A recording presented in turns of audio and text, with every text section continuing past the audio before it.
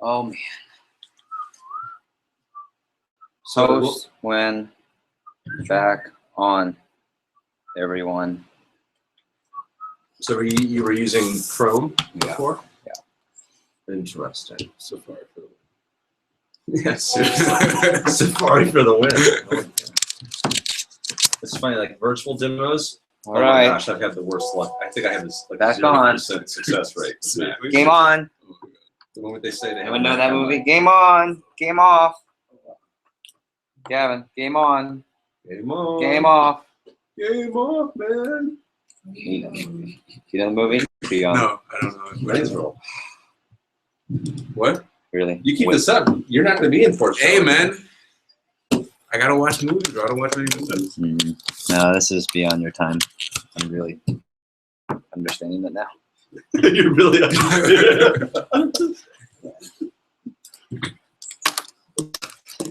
Okay, and I want to say thank you to Mr. Andrew Evans for having technology the forefront of his brain. And thank you, Apple, for dominating the market by doing things like not letting Google products show up. I don't know, it has nothing to do with that. Okay, we're up. So we are going to debrief two things. We're just going to go back to back. We're going to debrief the Justin Donald video, and then we're going to debrief the first 10 days. Then we'll probably end up taking a break after that. So again, thanks to everyone for your patience. Not ideal. It's just been a hot mess. And the eraser for the board would be, could we find one, please? It's in the drawer. Is it? Middle, no, like the middle. In front. Sorry, I should have called. All the markers are supposed to be here. What do we use for erasing? When I erase the board, I put it right back where I just told it was. Did Beth take it? There you go. Thanks, Gav. Okay. Is everyone WhatsApping back up? It looks like we got 11 new messages. All right, back on. We're back on. Back on, back on. Perfect, okay. Awesome. Okay, so thanks for being patient. We're back up. Can we all focus? My water, please, in the back. Let's do this. So Justin Donald, you just got a chance to hear from Beth. What I'd like to do is start off with biggest things that have become clear for you. I guess your light bulbs from Beth's message just now, because that's essentially the training. And it goes right into Justin Donald's deep. But also post on WhatsApp, please, for that as well. That would be perfect. Okay. So who wants to go first? We'll go here live. I'll go. Mr. Blake? One thing I told her that really put it into perspective, I started to see what Tori was doing in his office and the whys behind it. So when, for instance, when I would come in on Sundays, I would see them all spread out. And it's not just because, oh, there's nobody in the office. It's because they are getting their own list. If they're together, they might talk. Or another instance for in the beginning, when you're interviewing them or when you're doing the training, just hitting hard on certain objectives as far as like being on the phones and the internet, hitting that extremely hard, and then following up with it later on is extremely important. Okay, good. We'll go, and if you're virtual, if you could just go ahead and add 2 of your takeaways. Okay, go ahead.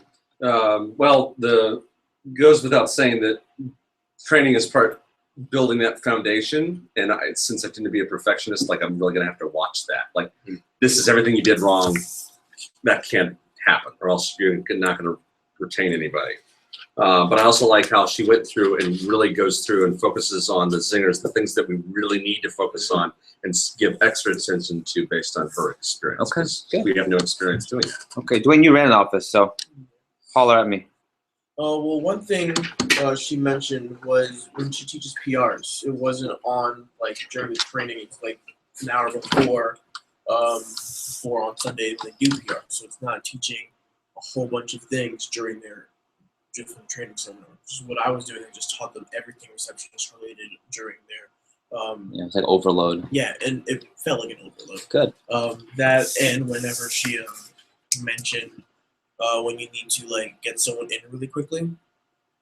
For me, I didn't train them properly. but she just gave an entire outline of like how to do that. Like, for Right. someone who needs to- So that I think that's the key, and that's the skill. Aside from initial training is important. The just as important, and I would say more frequented skill, without question, is going to be training on the spot. What happens after the initial 3 days? Because most of you will have between 1 and 4 of the people that you train for 3 days quit, and because of that, what are you going to do? So you got to find these new receptionists. You got to come up with that file. The most important file in your office are all the people that you interview, and you don't know if they're going to show. After you say, welcome to the team, we'll see you in training, and real big in red letters, I write down receptionist circle, and I keep it in my receptionist folder. And if someone doesn't show, the Beth of mine before Beth was Jackie Finelli. She was with me for 3 full years, and Jamie Steiner was with me for 3 full years, and they were both people who didn't show to training. One, the job wasn't for them. The other one, a mom wouldn't let her do the job. So I said, we have a receptionist position. She has fines 3 years later. Okay, so let's make sure you're able to train someone quickly. It's Friday, receptionist bails out. You've got hours to hit on Sunday, and you guys only have 6 Sundays to hit. You don't have really much room for errors at branch. Right, you know that. There's only 6 to hit. So, Andrew, if you could comment on yours also as someone, and also Grace, Vargas, Juanito, I apologize, Naya, anyone that I missed. If you've run an office before, what are some things, if you give one piece of advice or one thought for the group based on running an office on the topic of training receptionists? I'm going to go through here, or WhatsApp. Why is my phone freezing? There you go. Okay. Oh, yeah, the binder. That was Major differences. Yeah. Managing a rep and employees a lot clearer. Okay. Right. Employees a lot different than independent sales reps, for sure. Business owner, to-do lists. Not just watching the videos. Don't assume they know what to do. Luke, have backup plans. Make a good impression. Okay. Good. I'd like, again, specifically Andrew, Grace, Juanito, Naya, Vargas, and running an office before. Biggest tip you'd give in regards to training. Let's got several people typing. What I would say is that a lot of the job tends to be on-the-job training. You can give a great initial 3-day seminar, if you will, but unless you're in there with them and able to 1-minute manage, and if you're next level group, 1-minute manager is probably one of the 3 to 5 quintessential employee and leadership management books, because it gives you the 1-minute reprimand, the 1-minute praise, how to address things on the spot, and that's what you're doing all those delicate first 6 to 10, very sensitive, very delicate, very impressionable days of their call taking, and what they experience in their first 7 to 10 days will be, assuming they stick around, will be how they take calls, how they view calls, how they work the job, how they work the system, how committed they are, how much they follow directions, and it's all in the beginning stages. That's why childhood is impressionable for adulthood and for adolescence. It's the same thing. Oscar said doing active learning with all of them, time to role play. I think that's huge. Let them know that the more people that walk through the door, the more money the company makes, of course. And looks like we've got feedback coming up from our previous branches. From Juan, from Naya, Grace. Biggest tip with training, hire the right receptionist from the beginning, and that's going to save you time after. That's true. That's true. But also be prepared. You'll hire the right receptionist. She's better than Beth, like a Beth type, and she'll quit because she got a better job that she's qualified for. So those things happen, everybody. It's not a perfect system. Our receptionist program, yeah, we had a great receptionist program, but what you don't see, Beth talks about the retention. We had plenty of people quit. We had plenty of people we had to turn over. We had plenty of times we weren't staffed going into Sunday. It's Thursday and Friday, and we have to confirm last-minute call-out. Someone doesn't show up Sunday morning. We have to fill in the blanks. We have to make up the hours Monday. We're just better filling the blanks than new offices are. Okay. Next one here says, train yourself to be a great receptionist so you can help them during the summer in troubleshooting. That's one. Naya, by example rather. Love it. Okay. Good. Let's do this. Go to the Justin Donald notes real quick. I'll give you 30 seconds, and I'm looking for your best takeaway. If you're virtual, post your best takeaway from the Justin Donald message, number 1. And 2 if it's short. And we'll start here. Gavin, you always are super uber prepared. What are your 2 biggest takeaways from the biggest one? You're not running a business if you're not running and managing a receptionist program effectively. Yeah. Like, that's it. Those are the employees. See, managers, you're trying to create self-sufficient managers and reps, and you do, but you have to have the same checkpoints with the receptionist. And the daily check-in with the receptionist would be my number 2. Okay. Meet with them every day. How was your night? Review yesterday's stats, compliments. So that's in essence, every day is a little mini kickoff meeting. Yeah. But it's even more better for retention because it's one-on-one, and it shows that you really care. So you're like killing 4 birds with 1 stone. Yep, 4 birds. Yep. Mr. Blake. Just the hiring standards. You need to hire great people in order to get great people. You know, if you don't have that, then really messes up. And also hire people that have great phone skills and are also sharp, because the ads require experience. They require outgoing calls, and it's not a receptionist call. You're making outgoing calls and calling a lot of people. You let them know that ahead of time in the beginning, so that way they're prepared for it. Okay, good. So Dwayne. For me, what he said when he said connect reps to receptionists. Make sure that the reps are loving the job, so they don't think that they're bothering people. Because I had receptionists who were just like, I don't want to say that. I feel like I'm going to bother them if I keep calling them or something like that. And just getting the reps to communicate with the receptionist how much they love the job. Make sure that gives them a little bit more confidence. That Yeah, and what that is, I don't know how he phrased it. I can't remember, but it's parading the proof. We've got to parade the proof that, so they're drinking the same Kool-Aid, that wow, people who work here are doing really well. Yeah. So when you have a rep, when you accept someone in the interview that's really sharp, and you say, I wanted to introduce you to the receptionist, do you remember who you spoke to? Quick pop in, hey ladies, this is Gavin. Who spoke? Right, Lisa, you spoke to Gavin? This is Gavin, he's awesome. Thank you so much. Now we have him on the team. He's so great. Thanks for doing such a great job. Things like that, or during training or in and out. But also be careful, because you don't want to cross the line and create this romper room. They don't know romper room. This fun, it's a kiddie show. This fun environment, everyone's friends. I see it in offices all the time, because Vector Office is one of the biggest challenges that are just innately present in most offices because of your age, is the lack of separation between manager, lack of mystique. Is because usually the branches themselves have a hard time doing it, let alone creating that with receptionists and reps, where everyone's just friends and everyone's hugging each other and besitoing each other and giving high fives and hugging each other for the. It's a mess. It's because the manager doesn't know how to do that for themselves. You can usually tell. You can almost always tell based on that. So what are some great tips here? Let's see. Lots of daily receptionist management. Okay. Small gains. 4 things not to. I remember this, and Luke put down. Work with them every day. Hire the right people. Know their numbers, and don't be too critical. Yeah, I agree. Daily maintenance. So I encourage you, if you have the time, and if you haven't already, you may not have the time. If you have read it already, you can review it. That 1-minute manager, you can do the cheat sheet on Google. I'm sure they have a cheat sheet, but being able to address on the spot is so important. And being able to address results, being able to remove personal attacks. You can go back to even your John Oberg notes from last fall and this past Olean. Those are some key elements of how to speak to employees and receptionists. And it's not about attitude and you're awesome because you're just awesome. And there's certain people who just love to make sure that everyone knows, hey, you're awesome. And so what you're creating is the complete wrong culture. That's the pitfall. The pitfall is making people awesome based on how they feel and the personality. Whereas, hey, Dwayne, the way that you call back that person right away because they didn't show and got them in, that's exactly how you do it. That's awesome. Keep doing that. So what are we rewarding? What are we recognizing? Not behaviors, but actions. Or not results. Yeah, not results and behaviors. Right. That's what you want to recognize, not attitude. Although you do want to say, hey, you have a great attitude. And the thing I love more about, you can't be about just this awesome feel. One of the things that Vector's really good at is just bullshit pumping up. Because some of you are really good at it too. I can see it. And people are awesome for being awesome and just being awesome. That's really not the case. Some people that you say are awesome are not really awesome. Some of you are not really that awesome. But there are things you do that are awesome. Things that you can do to create other awesome people around you. That's the key here. That's the key. So you're all awesome. Hey, you're awesome. 3 calls, role play, repeat. I like that. I love that actually. 3 calls, role play, repeat. 3 calls, role play, repeat. Say that fast. To Gavin, real fast. Go. 3 calls, role play, repeat. 4 times fast. Go. I can't do it. Exactly. Okay. Oscar said, treat it as your greatest asset. Have your office set up to recruit.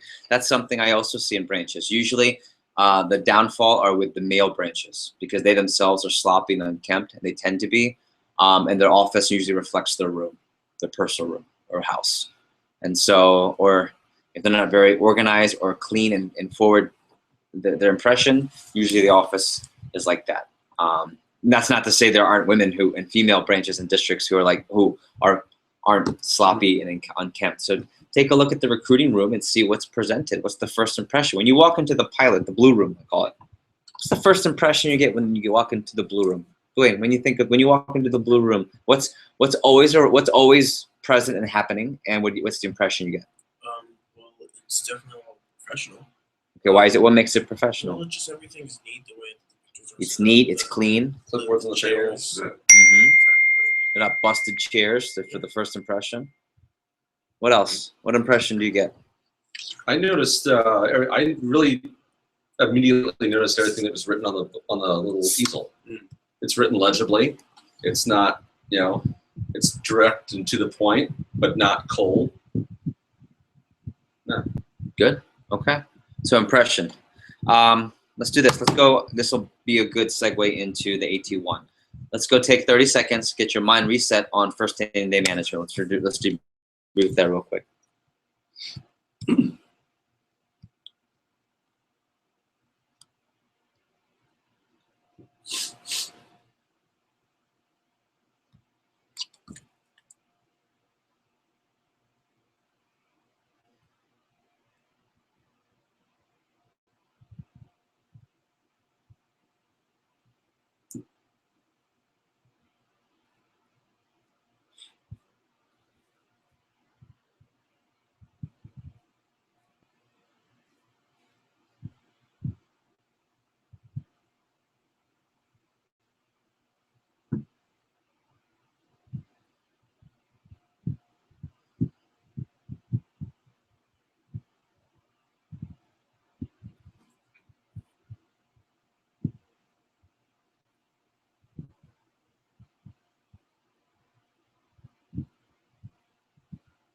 Okay.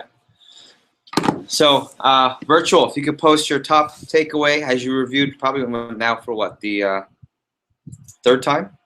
Post first 10-day takeaways.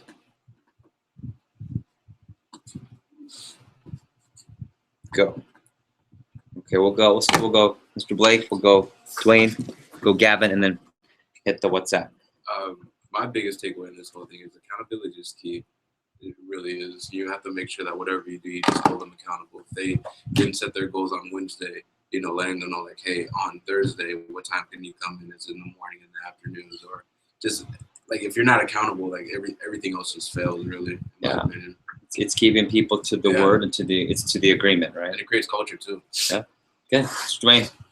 Essentially, there's pretty much an outline of everything that you need to say to your rep every single day. So it has every single conversation that you need to make sure that you're saying to your rep, so they know exactly what needs to be done, and it should create that culture going forward after your 10 days. That's right. Good. And that's the most, just like the receptionist. Yeah. First 10 days sets the tone if they're even around. Gav. To piggyback off of Blake, I mean, driving, accountability is definitely key, but Kathy took it one step better. She says with retention being paramount. Yeah. Yep. You can be accountable, but always having that positive, criticism instead of being harsh. You didn't do this. You need to do this, or else. Yeah, we're talking about we're reviewing the AGL first 10-day one, not the Kathy one. Mm-hmm. You guys know that, right? Yeah. Okay. I was taking that from Kathy's. Yeah. She really harped it. I got you. Yeah. Good. Kathy's is great, but what I like about the AGL video is that we really took a specific focus of day to day, assignment to assignment, and we put it up on the board. That's the one I really want you to be mentioned. We'll come back here. I have creating a culture of sales expectation and communication. Okay. The order of recognition. This is what Heisman hits very well. Great point, John. Is AT1 when you recognize? What are you recognizing? Oh yeah, you recognize the results. The results. Specifically, assignments. Yeah, results on the assignments. Good. Emotional management. Don't tell them it's going to be a great day, but that it's a fresh start. Okay. Oh, gotta play the numbers. Yep. You should already have their phone jam goals from PSP. That's a great one from Juan. Sunday, chime in at 9 a.m. to give them some perspective and some excitement. And it's a new day, as we said, and consistency and promotion. Dorcas does a great job of the more appointments you do this weekend, the more beneficial. Yeah. What's interesting about that? Because what do we promote after advanced training 1? Well, let me rephrase. Wait. Dorcas says the more you do this weekend, the more demos you do this weekend, the more beneficial Monday's going to be. Yeah. So that's to get them excited about doing more appointments by what event? AT1. But then we always promote right up until they get to AT1, and from the moment they walk in, what do we promote that they should have after? Way More appointments again. numbers, Yeah. So you're playing that balance of, oh, make sure you get as many appointments in before, but hey, what do you have after? Yeah. There's always, hey, get to that, and then there's what's after. Brian Herman says, live in the world known as your 3-day window. Live in the world known as today, tomorrow, and the next day. And that's really important. Keep them looking forward, learning process. Okay. Good. So what I want to do, nice job, everybody. Let's do the AT1 document in your handouts, please. I'll give you 30 seconds. Advanced Training 1, Leader's Guide. Okay. And what I'm going to do,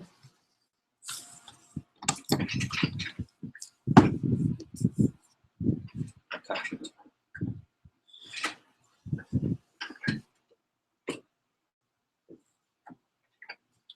I would like to outline for you Advanced Training 1.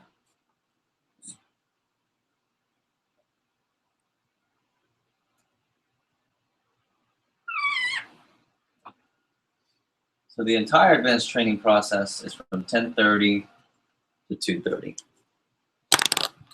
Okay. But we're going to break it up. So from 10:30 to 11:30, and then so this is the instruction. That middle part is the instruction from 11:30 to 1:30, so 2 hours. Then here we have check-in and phone jam. That's 1 hour. And then the last hour is dedicated to what? Who knows? PR specifically. Rep-driven. Well done. Rep-driven PRs. Good doing. That's 1 hour. Okay. What does the phone jam, and I know some of you will just hear this as we do have a discussion. Gentlemen, what does the phone jam, what's the objective of the phone jam, and what does it impact within the rep's first 10 days? Well, they're sales. I mean, they're getting more appointments after using the knowledge they Yeah, get from the Right. instruction. So this is the productivity part of the event. Yeah. Every event should have some type of phone jam, right? So starting day 2, when's the phone jam? Day 2 of Day training. 2. When's the train? When's the phone jam? Friday night. Friday night, the end. Okay, at the end of the office, and where? And home. at home. Good. When's the phone jam? Saturday. First walk-in. Yeah, but First walk in if if they're in breakfast. after your breakfast after the high fly workshop. Good. Then when's the next phone time? No Champions Club, no high flyer. I'm saying when's the next event after they leave Saturday? Okay. AT1. AT1, and when's the phone jam? Morning. Beginning, and then AT2. All the instruction is how to. Phone jam. And when's the phone jam? Phone jam's on Wednesday. Like Wednesday. When's the phone jam? Wednesday. What's that called? Wednesday. What phone jam is that? Moneymaker. No, it's Team one team meeting. That was the Wednesday. term. Yeah, I'm sorry. Head Start. Head Start. Right, you guys aren't Yeah, that's right. on that yet. So Wednesday, Head Start phone jam. You guys know Wednesday, Head Start, Thursday, Moneymaker, Sunday, Mm-hmm. Kickstart? Yeah. Raise your hand if you do know that, understand that. I should. I do Wednesday, know. Head Start, Thursday, Moneymaker, Yeah. Sunday, Kickstart. Mhm. Okay, you should know that. Little side note. So for the phone jams, Wednesday, Thursday, Sunday. What's Wednesday called? Head Start. Head Start. Why? Because it's on your week. Okay. Thursday's called. Moneymaker. Right, because if you don't hit your goals, you need to do it. Otherwise, you won't make Money. money. And Sunday's called to Kickstart. do what? Kickstart every week. Kickstart your week. That's how you should promote it. You should promote it on Sunday when you walk through the schedule. Promote it at PSPs. You promote it every team meeting. You promote it every advanced training. So everyone has the same lingo. There you go. Lingo. Thank you. Okay. So we're here. Let's talk about section 1. Now, just maybe a little kicker, if you will. You remember, if those of you that understand this, if you go prior to 18 months, Gavin, we went through this a little bit last night. Okay. Does anyone want to guess or know what's happening at 9:30 to 10:30 in an office? Do you remember, Gavin? Yeah. What kind of PCs? Um, We call those the double D PCs. Those are really Oh, high flyer PCs right. with 2 to 5 people, but having a $10,000 faster. That's just going backwards. So the hour before advanced training, you're meeting with your top 2 to 5 people who probably performed, and they're already at your office. Who can tell me why? Because they're set for the breakfast thing. What's it called? What's the breakfast thing? It's the Dwayne, what's breakfast thing? Nope. Champions Club. Champions. High Fly Workshops when? Sunday. Yeah. So that's because they were there from 8 o'clock for Champions Clubs, right? The reps that are going to succeed the most are there at 8, making phone calls, learning how to present the scholarship. 9:30 to 10:30, your best people are meeting with you one-on-one. What's everyone else? Let's say 10 people showed up to this thing, right? 10 reps from your new launch, which is killer. mm, You're only meeting with 2 to 5. What are the rest of the people doing? longevity. Phone jamming, yeah. From 9:30 to 10:30, now you're setting the tone with, hey, you could do this. Let's review your schedule. Let's make sure you have the appointments booked. You already hit your first $1,000. If they hit $1,000 their first weekend, I would qualify them sales-wise to being on pace if they wanted to hit 10K. There are plenty of examples of people who have sold $1,000 only that have still done 10K in the first 10 days. But what we're doing now is we're bringing it to light. We're putting in front of them what they themselves don't even know and see and feel and believe that, hey, structurally, you are still on pace for 10K faster. Let me show you these pie charts of many examples. Let me walk through the schedule. Let me break down your average order. Let me do all the things you could do with an ideal rep that you don't have time to do, but you make the time for your best 2 to 5 people.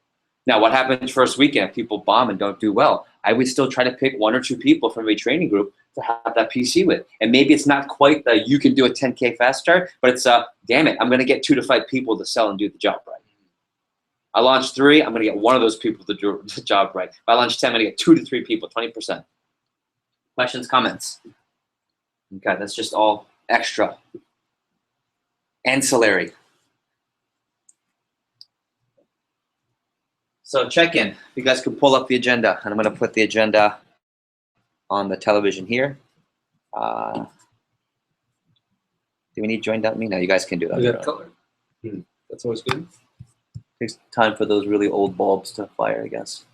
So the agenda is 4 hours. So 15 to 20 minutes prior to start. Okay, and I have to update this because it's not quite formatted correctly. So if it's 4 hours, the 15 to 20 minutes before they come in, you're filling out QPRs. They're rolling the rest of the orders that haven't been rolled.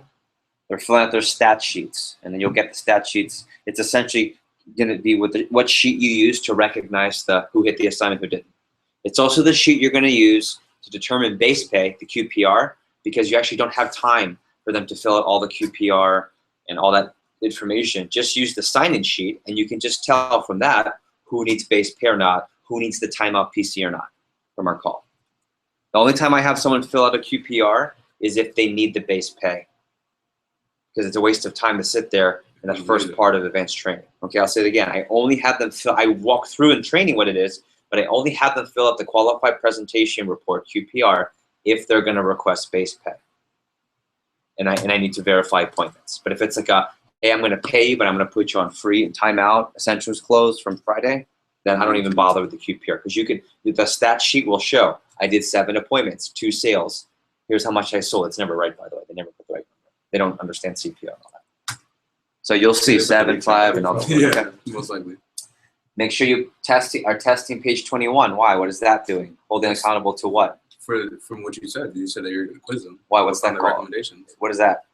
It's 1 of 3. Hey, memorizing page 21 by Monday is 1 of 3 what? Assignments, okay. Rec binders, that's part of the assignment. Make sure those are put together. Triple threat setup. If you guys remember, triple threat is where we set up a picture of one of the posters, the advertising posters. We do Snapchat, Instagram, and Facebook. Post it up. That way it sits. And how long does it sit? 3 hours. So then what happens at the end? Those are See what we the get those are this the once. alley-oops. Okay? If you do phone switch, which is where you take someone's phone and you call from their phone, I would only do that with your top 2 to 3 people, if at all. And some of you don't feel comfortable with phone switch. I love it, and we'll always do it with our top 2 to 5 people. But that's when you set that up in the first, probably like 10:15 to 10:10, 10:15, 10:20 before you start. And I messed up on the formatting, but from 10:30 to 11:30, you're only doing one thing. You shouldn't be doing all this. Okay? You should be doing what? What's the first hour? What should be happening here? Phone jam. All it should be is phone jam. Now, while they're phone jamming, if you need to test page 21, how do you know who to test for page 21? You see from the amount of reps There they you get. go. Only if they have low reps. Yeah. It's not worth it. You don't need to go and test every single person right away because you don't have the time, but test the ones where you know they're struggling with recommendations, right? Okay, what else?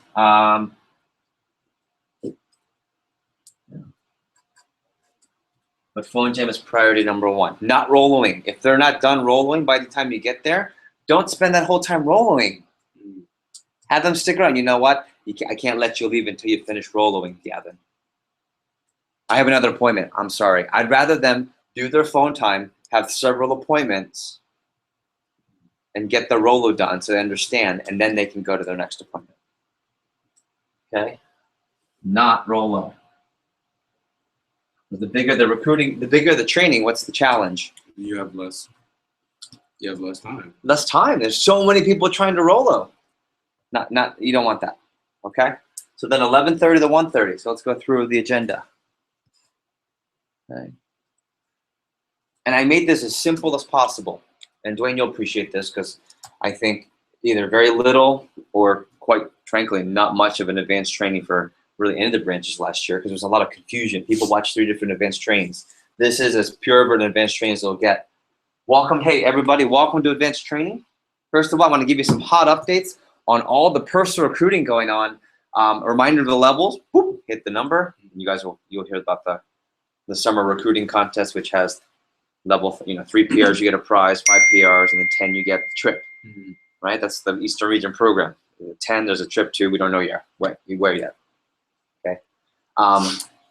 Also, I want to remind you, and I want to let you know that every person that you get set up for this coming training, we're going to give you an additional $1,000, and you're going to go off on that. Why? Because they don't know about that. You're not going to explain the $1,000 credit for same week training until the advanced training. Okay. Don't let them know on Saturday, hey, Owen, and everyone you get in this week is going to get you another 1,000. You want the $1,000 credit, the PR credit, to be a surprise. You want them selling their first week. Yeah. Not talking to all their friends. Right? Well, part of it too, but you just want something extra to create urgency. Okay. What creates urgency to give them for them to give a lot of names on Saturday? What creates urgency and what creates value and excitement for them to give lots of names on Saturday? Besides helping the team. The prize Yeah, money, the prize they get. Yeah, Double the 3, 5, and the 10. Also to give more names? What's an incentive? That's a double credit. The double You get credit, that. right? Those are double credit to give the pen. Yeah. Double credit first day, double credit second day, double credit third day, and double credit all weekend. Mhm. That's how you try to push your average to 100 plus. Then you have the contest, of course, that gets them pumped up. So why throw in a third prize? Why give the $1,000 credit? It's almost you're throwing in an extra contest that's not needed. So save another reason for them to give PRs for advanced training. Mhm. Okay. Hey, and by the way, little kicker, the reason I'm having you guys put up the triple threat, you ready? Drum roll, please. If you get anyone that you get, every person you get in for this coming seminar, you get $1,000 credit to your fast card. And yes, it counts for VIP night. Oh, right. So if you had $1,000 in sales and 9 of your friends get into training, come to interviews, and they finish and they sell at least one order of $250. All you sold was 1,000, and you have 9 friends. You're going on VIP night with Mr. Gamboa down in up in, Cuba. over the ocean in. They can Whatever. do that. Okay? Yes, that way. So that's that. I also want to update real quickly. Those of you that have some friends already set for interviews, awesome job. Gavin, you've got 7 friends. Here's who they are. And you have to read the names off. Let's see here. Dwayne, you've got Michael, Sally, Ortega, and Blake Henry set for training. Nice job. And you want them to know because, and when you go through the roster, oh my God, or they're set up, they make all these comments. Why do I have to say their names? It just Makes it more real. yeah. Number one, but more importantly, They know who's coming in. what will that prompt and allow that rep to do? Reach out. Reach Yeah, out. reach out and contact. Or not mess it up. Okay. Okay? That's the next part. Review how to explain the position. All right, let's remember from training. Remember, it's like a movie. You don't want to spoil it. You don't want to spoil it, so don't do what? Don't tell them. Don't tell about the job. Who remembers how we want to phrase it? Because you're too busy doing all your training and doing appointments. Well, how do we explain it? Hey, awesome. It's an awesome opportunity. Come check it out. Come check it out. Okay. If you're having a hard time, then send them over to me. And if it's sharp, I'll set up a script. Okay. And I still need some of you to get more personal recruits in. So then you'll say, what we're going to do at the end of training today, the last hour is designed to help you get way more personal recruits. In fact, those of you that have already put the triple threat, when you get responses, don't reply during training. At the very end of training from 1:30 to 2:30 today, all we're going to do is respond to all the people that's set up, or we're going to go to your kick butt list, and we're going to reach out to the people, send them a text, and at the end of advanced training, we're going to call them, and we're going to set them all up for interviews today and tomorrow to give you a $1,000 credit. Is that cool? All right. And every time you're here for the office in your first 10 days, we'll always phone jam and help you get more friends of the team. Phone jam and help you get more PRs. Got it? Awesome. I'm going to stop there. Biggest takeaway, that's the very first thing. I don't even cover sales or 10-80-10 or anything. That's my opening comments from 10:30 to about 10:40, 10 minutes. What are your takeaways just from that first part? Dwayne, you ran an office. You're light bulbing all over my office right now. Yeah, it kind of just sets up the expectation of how advanced training is going to go. Tell them exactly. It helps with more PRs, of course. Yeah. Because rep driven was not the thing that happened in my office. Yeah, and to give you credit, most first-year branches aren't good at rep driven, but when you set it up properly in the beginning, right, during the check-in, we'll call it, this is what, 10:15. This check-in is Rolo, triple threat, and page 21, and binder. Right, that's the first 15 minutes before they walk in. Then you get an hour of phone jam, but you're still checking page 21 from the people who had low recs. Phone jam is the first priority. I would also put phone switch.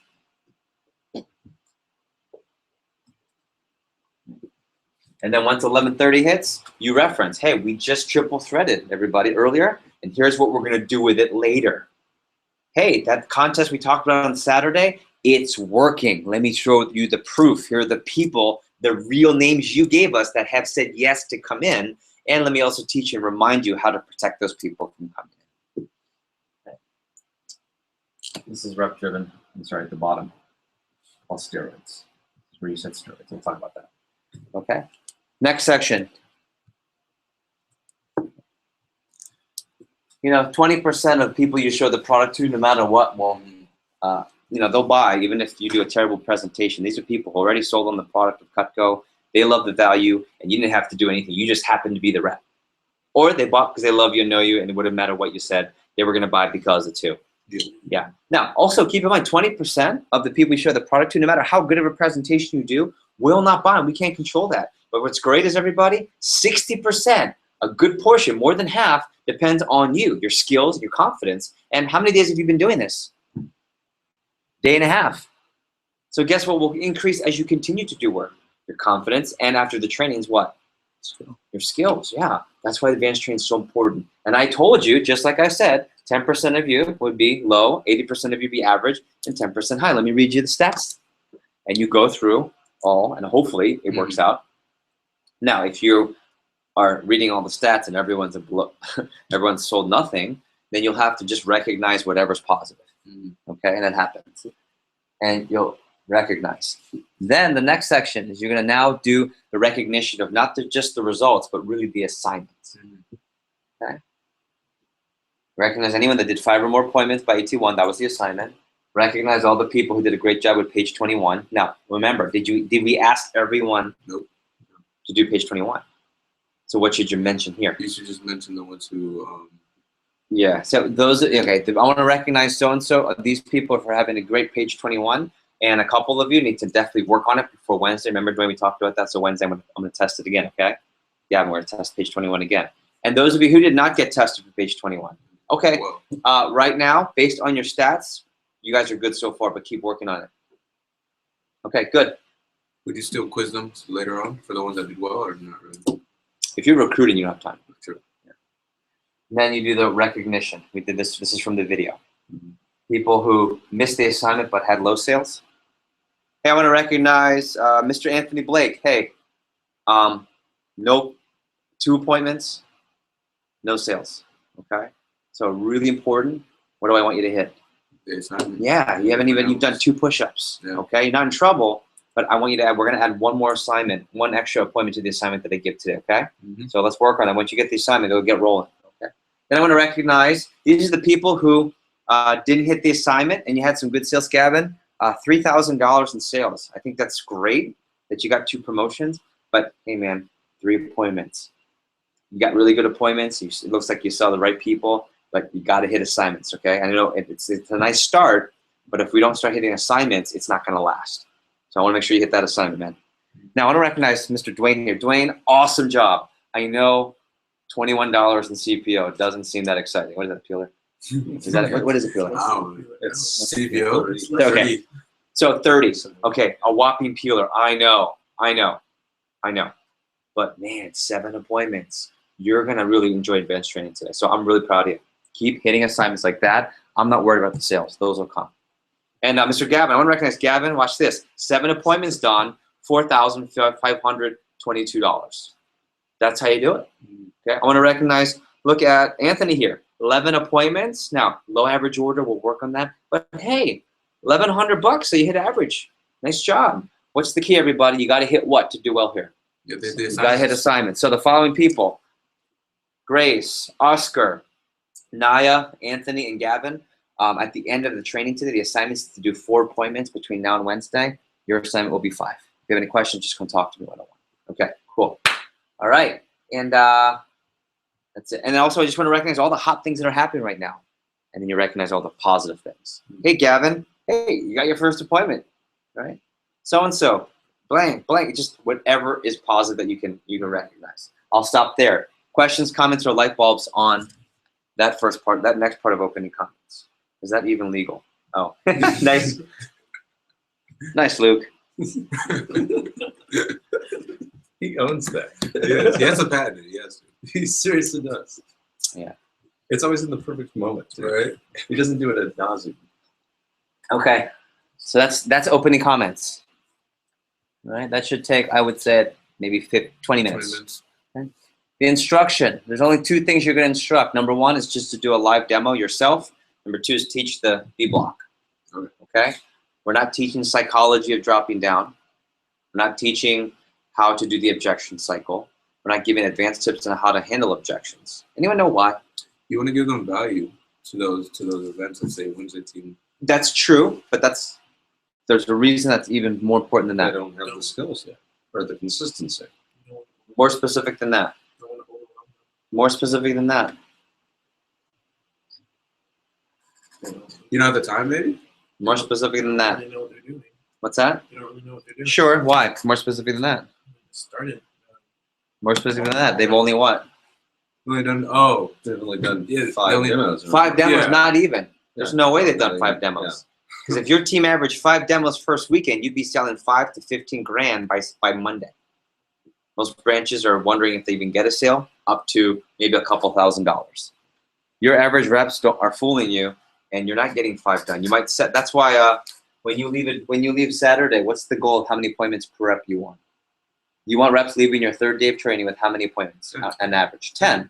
Why? Some Because will there's cancel. cancellations, there's reschedules, but they don't leave with 10. Right? They leave with branch average is what? Let's call it 6. One cancels, reschedule, always late. They do 2, sell on 1, no sale. That's very common. But yet 6 set. What you have set means nothing. That's how you finish. So if you have 10 set, 2 reschedule, 2 no show, messed up. I actually ended up doing 3. I sold on 2. I got $100 to $400 in sales. I got something. Yeah. Okay? Truth. So we're going to teach them in advanced training the psychology of objection cycles. Yeah. You guys are laughing, but what did you teach in advanced training last time you taught it?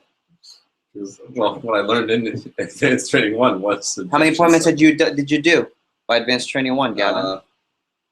I did like 4 or 5. 4, and you had page 9, 10 memorized, page 21 memorized, a full rec binder. You understood everything about the presentation. The answer is no. No. And then we're going to start making advanced tips?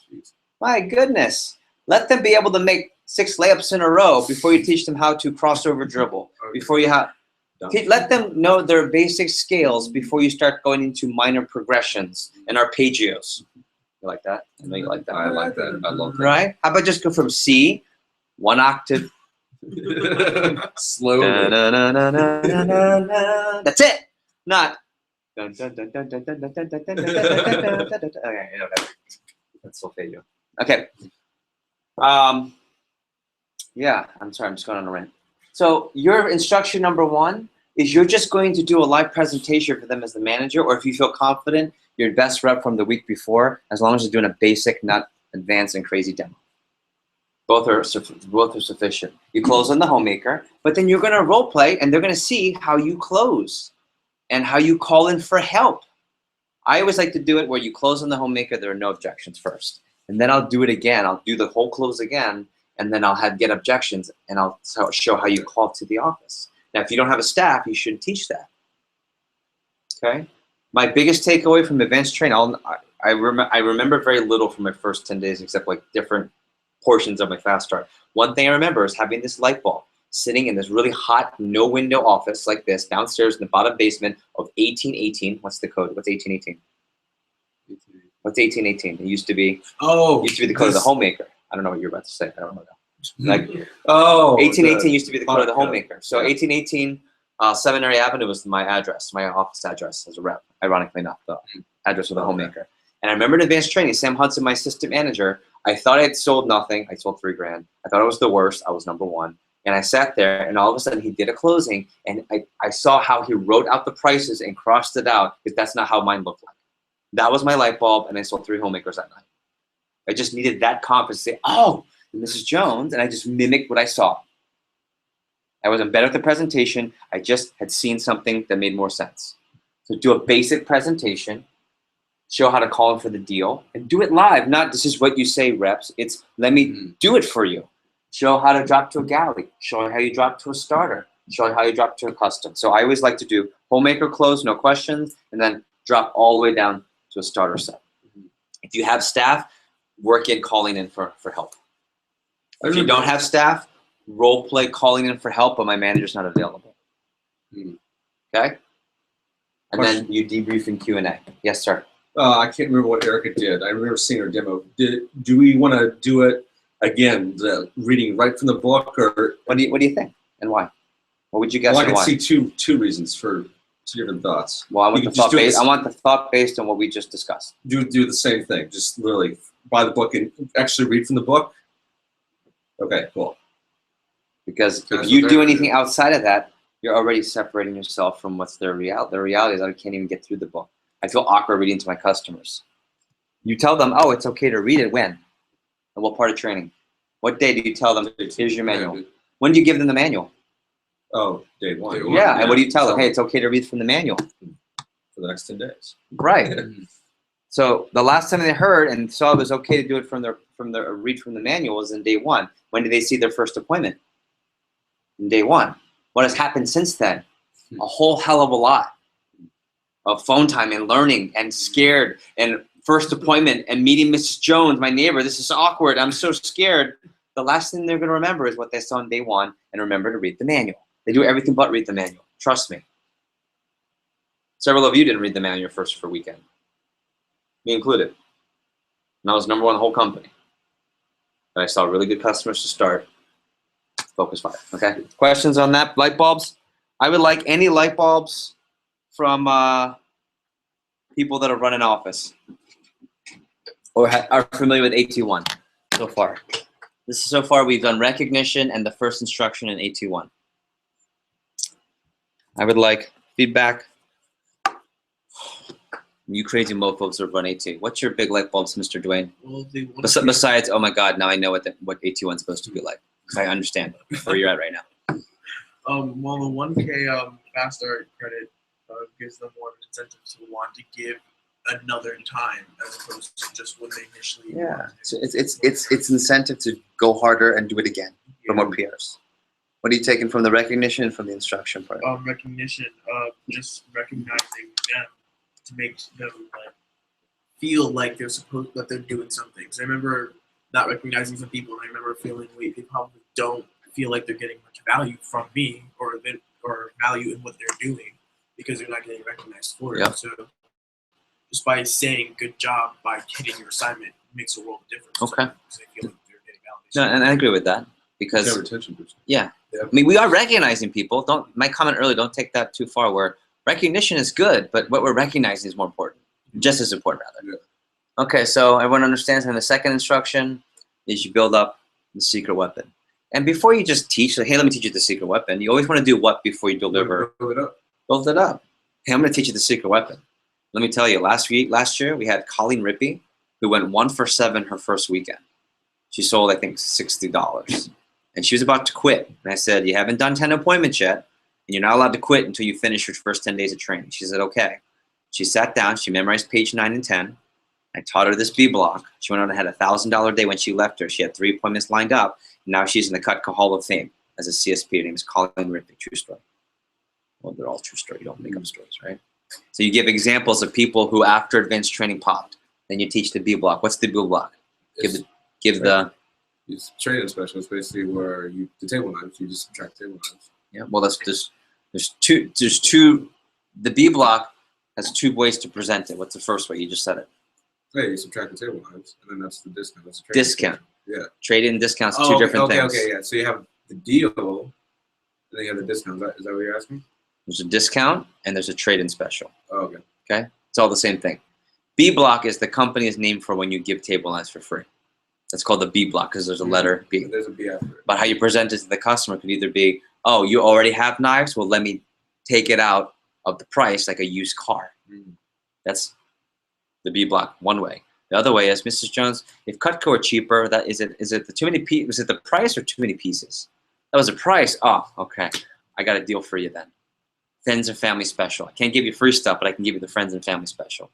It's the same thing you write up on Rolo. It's just one is a sale and discount, one is a trade-in because you have knives. Cool? All right. Then it says names list, Kate Arbuthnot, names list talk. And if you need to, I will send the video again, but essentially it's just a brainstorm of all the different people that you should know and could know. Fortune 500 magazine says that the average person knows 1,000 people by name or by face or by association. And it's a whole talk. I'll send you the video link. And then you read, I'm sorry? Acres of Diamonds. That's the same talk, or is it different? It's Kate Arbuthnot's version of Acres of Diamonds. Okay. And then you're going to redo a whole names list talk. Okay. And then you say, everybody pull out a piece of paper, and we're going to redo your gears. So let's go through, write down everyone that you already know that reschedule on you. Wait. Give them time. Write down everyone. Now, this is very similar to what portion of training of what day? This is similar to the name list on the Names list day 1. So you say to thought jogger, give them time to write down. Because the more they write down, all they have to do when they go home is what? just get my numbers. Find the phone numbers. You're doing it again. Except, see, sometimes reps, they'll have these great people on their list, something happened first weekend, they forget to call those great customers back. They're out of town. They forget to call the customer that rescheduled because they had a soccer game. They feel bad and they feel high pressure that the mom said, honey, you know, we really want to help you. I know it sounds all great and everything, but we're just so busy. They feel embarrassed. They don't want to call them back.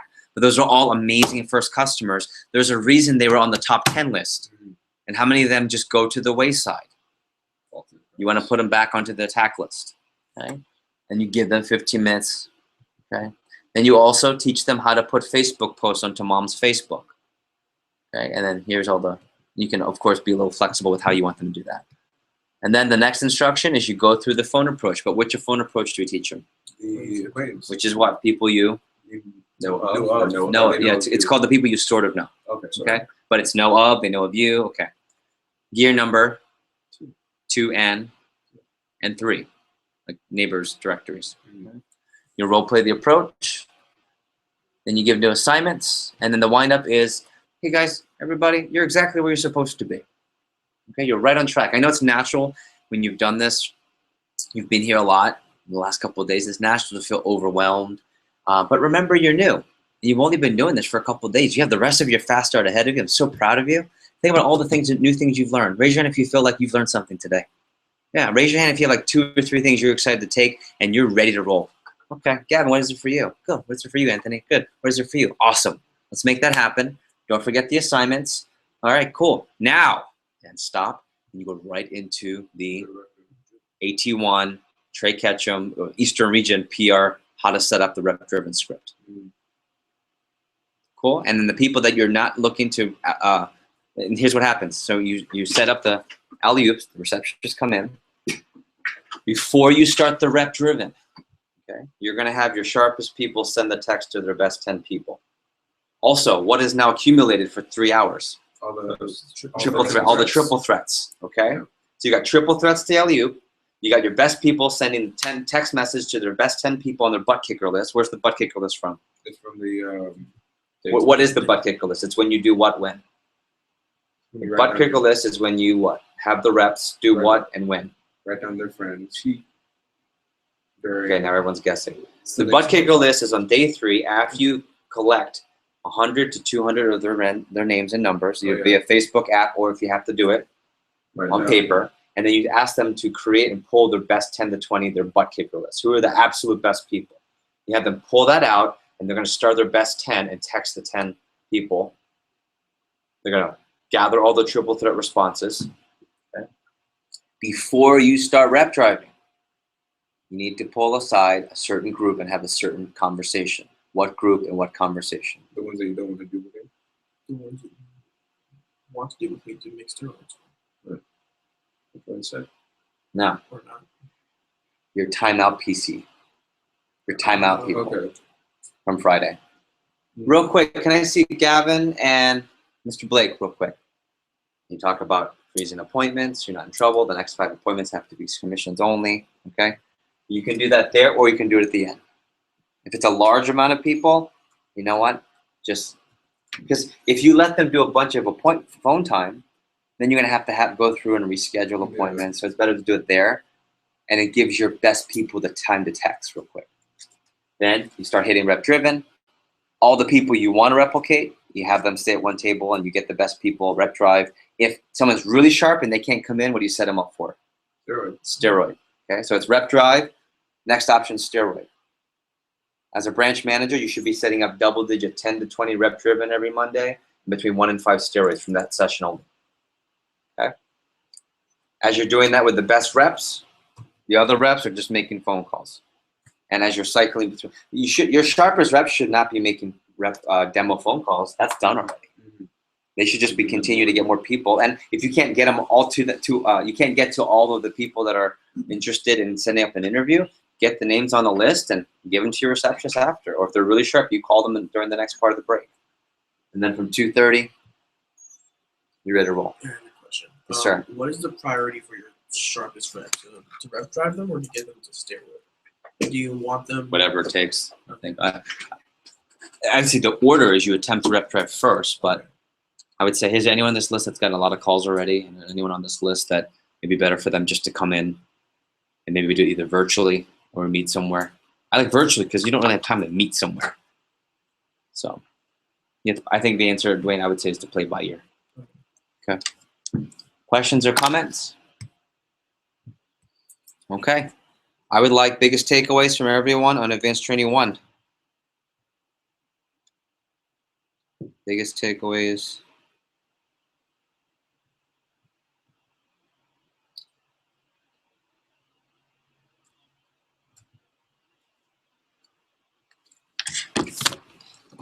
And we'll do AT2 real quick in a second.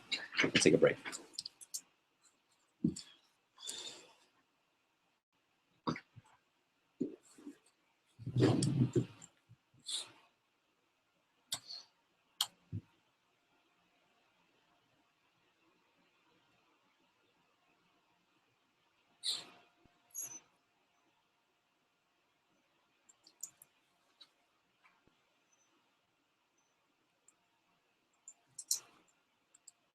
Okay, so far I've got do the base pay pullback before the rep driven. If it's super busy and you've got a lot of sharp kids, you want to get to rep driving right away, you can certainly put the timeout PCs at the end. Just know that those people probably will have set up a lot of appointments, and you're going to have to say, look, I want you to do only 5 between now and Wednesday. So who are your best 5? And you're only going to be selling on your first 5. So maybe you could actually put those people at the end if you wanted. Maybe it does make sense to do that.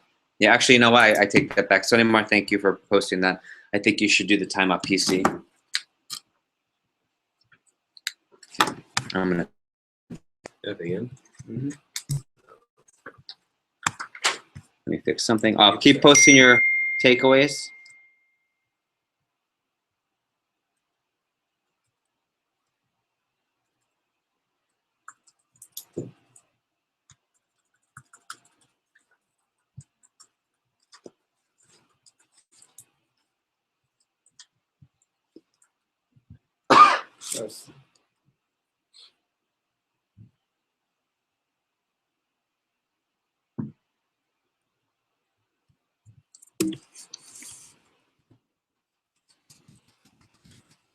To adjust.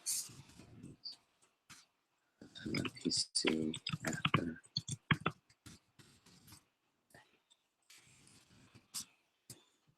Other takeaways. Grace, create the right expectations and in every office function be making calls and giving PRs. Yes.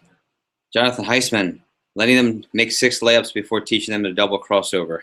Nice. Done the right way will help set the tone. David Vargas, focus on phone time and rep driven, not so much on Rolo. Make them stay a little extra if they didn't Rolo orders. That's right. So this would be timeout PC at the end, and anyone that didn't Rolo. Hey, I need Gavin and I need Anthony to stick around, guys. Your Rolo's not done.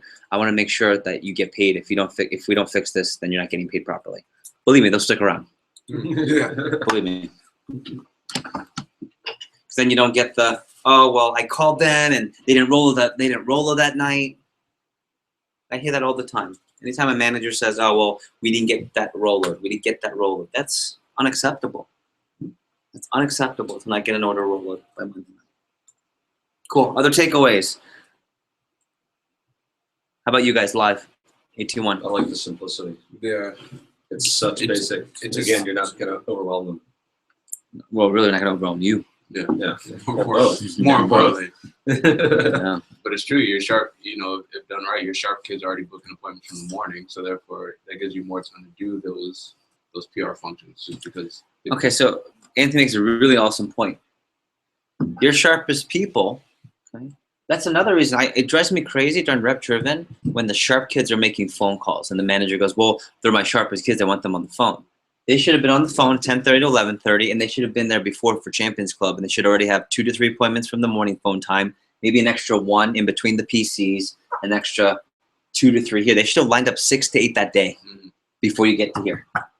They should be. Their Mondays should be booked. Their Tuesdays should be booked. Yet a lot of times you have people leave. You wanted to focus on the rep driven. They don't even have more than 1 appointment after advanced training. Tuesday's not booked. That just screws up productivity. You want high productivity? They have to have appointments when they leave. Just like when they leave day 3, people have to have appointments before they leave AT1 and AT2 and PSP. It's just succession. Other takeaways from AT1?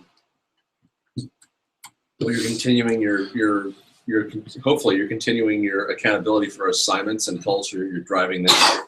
And was it Grace or Allie said on the WhatsApp, you're creating that culture and driving it home that every single time they come into the office, they're going to be calling. They're going to be scheduling more demos, making more calls, and they'll be doing rep driven. Yep. Okay.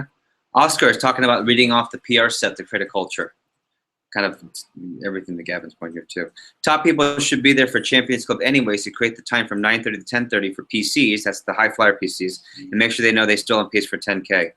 Only fill up QPRs if they're going to request base pay and recognize people who did the assignments. And I'll show you. Let me show you what the sign-in sheet looks like so everyone can at least see it. So sign-in sheet looks like.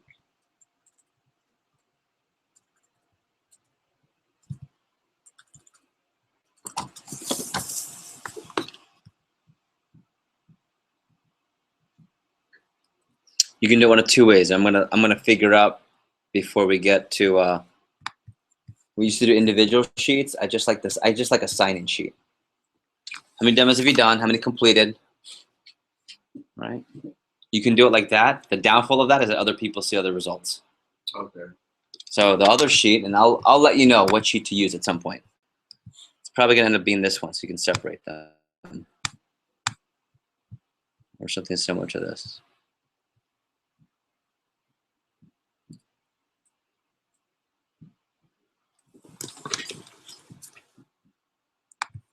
The image one seems Name, okay, stat, appointments completed, sales made, total CPO, number of recommendations, what's your goal for the rest of your fast start, what did you feel good about, what do you need help with, comments, and then this is for your PDI book. How many appointments do you have today and what times? Tomorrow and the next day. So now you can simply just do the base pay up here, and you can separate them into recognize assignment low sales, recognize assignment high sales, no assignment high sales. You can separate them into piles, do your recognition, and then afterwards you separate them. You put down TO PC at the top. Put your timeout PCs in one pile. Hey, I need these people to come see me because I put a big TO, which means I'm going to stop your appointments. Don't say that. You can use their comments to set up the comments during the recognition too. Yeah. Oh, I know you were feeling really nervous about that. Don't worry about that. We're going to take care of that. All that. Yeah, that's advanced, but yes, absolutely. How do you? Okay. That's awesome. Okay, advanced training 2. Let's go to that one real quick. Okay. Same routine in the beginning. Roll those before, paperwork's before, testing. Now there's a new assignment. What's the new memorization? 9 and 10. Page 9 and 10. Who would you prioritize there? Those out. People who didn't get closing done. Okay. Triple threat again, because the opening comments, it's the same. I told you, 1/3, 1/3 rule. Recognition, same recognition. Then the instruction is, we call it phone jam excellence, and you're essentially teaching them how to have great phone jam etiquette. Focus 5, what it means, don't wing the approach. Schedule walkthrough, and that should be done. Why? When was it already done? It was done on Monday. No, first day of training. Yeah. Second day of training. Second day when they Okay. did their thing. Yeah. And then teach them how to figure out their goals. Create the phone jam culture, talk about red zone, the cheer, okay. Teach appointments. Let me fix that.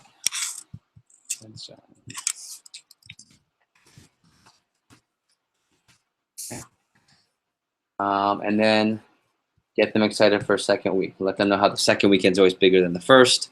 And then afterwards, after AT2, what's happening? Who's coming in during AT2?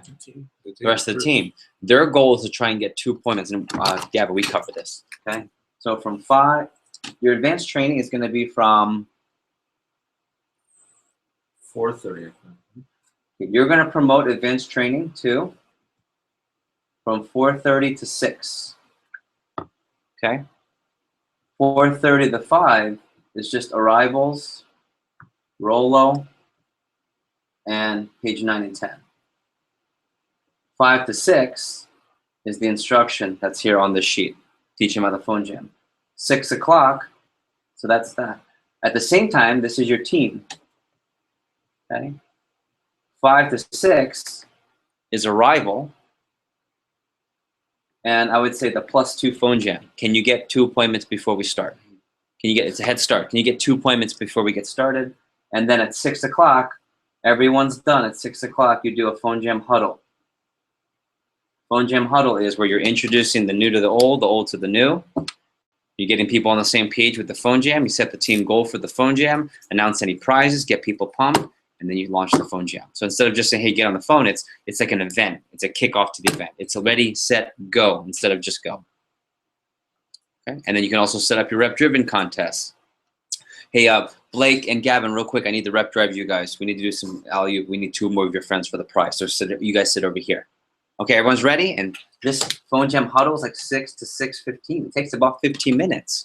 But see, if you take that 15 minutes, you get to ready, aim, and then your fire is really going to be accurate with what is supposed to be 10 to 20 rep-driven minimum for the branches, and it goes higher for districts, and you should be getting 4 to 5 demos per rep during the phone jam. So if you have 10 reps, that should be 40 to 50 appointments from your phone jam. But if you don't set all this up, you don't get that. You get like 2 demos per person. And all those people... schedule, not demos. I'm confused. 4 to 5 demos. They should create 4 to 5 demos. Okay, phone jam. sorry. Okay, you confused me. Sorry. Watch your shirt. But the new group should be showing up to AT2 with 30 to 50 new names. From where? From what? From Monday. From Monday Advanced Training 1. So there shouldn't be, I don't have people to call. Because when would you have addressed that? Not Wednesday at the phone jam. But Monday. Nope. You give the assignment on Monday. Tuesday. Oh yeah. Tuesday PDI. Let them know. Hey, Dwayne, checking in. How's the assignment going? Because it's on my list of things you always talk about on Tuesday from February that Jeff covered during the prep. How's your assignment going? Ooh, okay. Well, let's get you some help here. Tell me what you did with your cell phone. You didn't? Oh, okay, grab your cell phone. Okay, here's the exercise. Write down people you know of, people who know of you. Write down people you know really well. Okay, call me back when you get this. It's a whole other exercise. Mm-hmm. But all the dealing, anything that's dealing is Tuesday. Wednesday is, you already know. Yeah. Those conversations on Wednesday, like, hey, Gavin, I'm really proud of you. Remember when you called me yesterday? Oh, I don't have any names. Yeah, how many names do you have? I believe those were 40 numbers. Nice job, man. I'm glad you called me. That's why you need to make sure you keep calling me when you need help. When you're recognizing behavior. Okay? You don't deal with, I don't know. I don't have any names. The only people you deal with that are, well, Anthony, I haven't seen you since Monday. You didn't call in. You're not even on the program. I need your kit, by the way. We'll talk. It's like, yeah. Those are the only people that I don't have numbers because they didn't talk to you the whole week. They didn't come to events. But see, if you did the timeout PC right, those people turn in their kits on Monday. Yep. Or, hey, Blake, hey, I'm sorry you missed advanced training. I can't let you continue. The company won't let you continue until you get the training made up. So what I need you to do, until we can make it up, I need you to bring the kit back, okay? Otherwise, the company's going to have you outstanding with their product. So you need to remember all this, right? So can you make sure you bring the kit back, and then when I can reschedule you for advanced training, well, can you make it up? You know, I'd love to. I'm a one-woman show. I'm a branch manager. I don't have it in my, see, the time I had to train you is the time that I had to train you. So the only thing I can do right now is reschedule you for next week's advanced training. Then you come back, I'll give you a new kit. See, if they're willing to come all the way back and do the right things next week, give them a kit. Mm-hmm. Odds are they usually leave. Okay. One of the worst, and this is a side note, one of the things that just bothers me so much. What are you doing, Gavin? This. Well, aren't you supposed to be doing that? Yeah, but I was doing a makeup training. Blah, blah, blah, blah, blah. Yeah, I was doing a makeup for it. Blah, blah, blah. No one rep is worth messing up your entire schedule for. Yeah, but they're really sharp. Then you have a recruiting issue if that's the one person that your whole office relies on for the success of your office. Don't change your schedule. I would love to help you, Gavin. You know, if you'd like, I can send you over to Fort Myers. They have a district office there, and they have more of a staff than I do. My schedule is what I can do for you. I really can't be flexible because training is not flexible. The job is, but the training is not. So we can talk. If you want to leave your kit here and you want to think about it, I'm okay with that. Always remember the kit. Mm-hmm. Okay? Questions, comments, takeaways. We'll take a break. I really thought this was productive. Always remember. Setting up triple threat at the beginning and promoting the rep-driven sesh. Andrew Evans, did you say sesh? Big ups. Okay, other takeaways. And post them, other takeaways. 821, 822.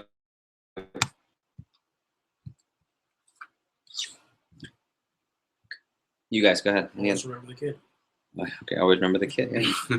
If someone's not following the program, get the kit back first, and then set up a time for them to come back. Either you're freezing their appointments or come back to the event. Put them to the next event.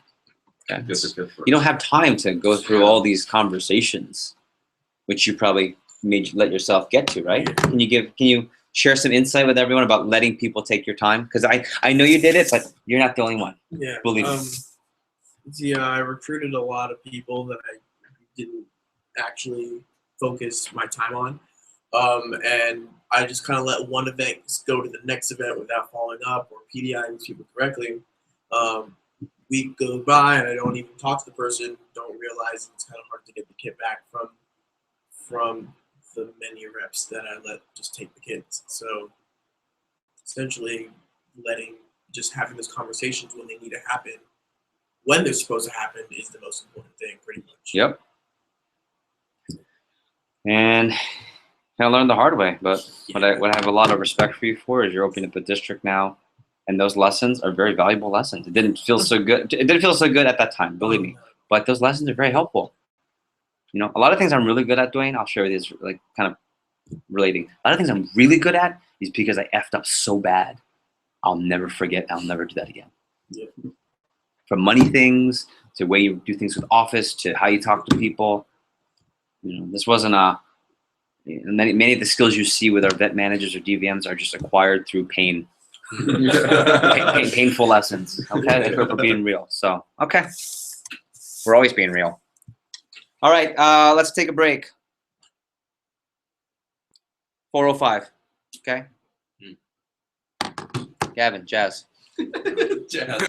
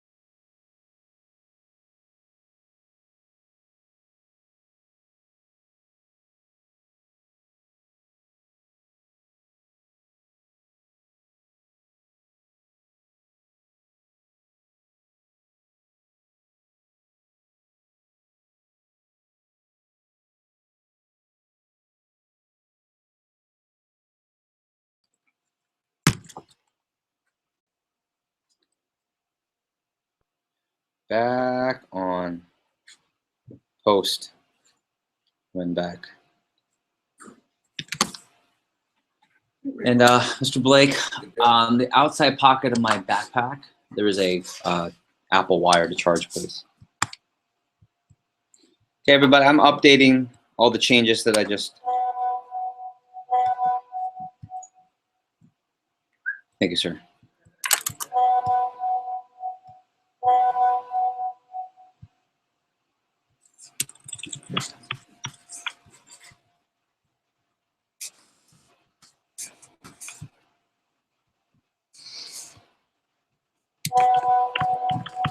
Okay, I'm gonna send it out here in 2 seconds.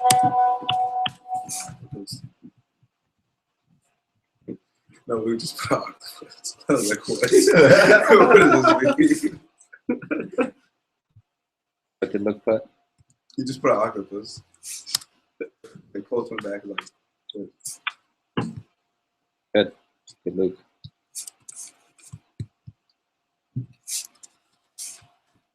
I was only gonna put random animal emoji. Oh man, That was an epic fail. hey, you aim for the floor. So you, Yeah, I can flow the floor.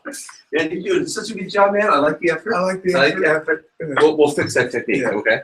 Remember, just hit the assignment. That, making the basket, that's safety too. Right now, the good thing is that you threw it. You're throwing the ball really well, man. This for dodgeball, you'd be killing. Yeah. Oh my god. Not even because you hit the floor. All right, everybody, let's post when you're back on, please. Someone from La Isla representing, and Luke's an octopus. Nice. Nice job, Luke. If you could pull up the checklist, please. I sent it on email. The updated checklist just went on email, and there's also a calendar of events. Hello, sir. Hello, sir. How are we doing? Right. Let's have a couple of that. Oh, that's great. That's great. Okay.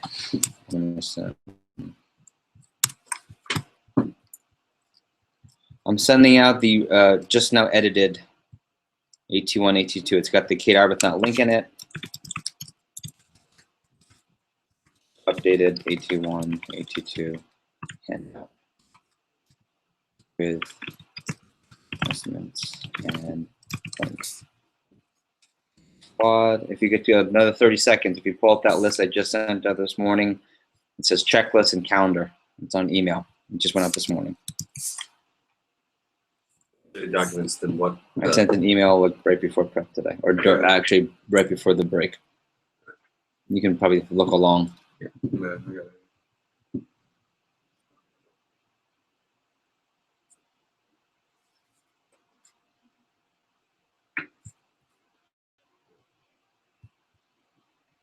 Okay. 5 seconds. 3, 2, and you guys should have it in your inbox. Okay.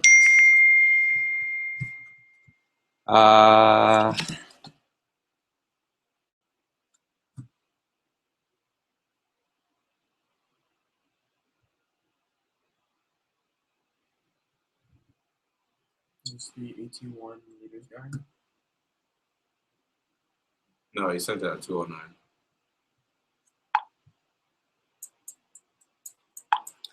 Okay.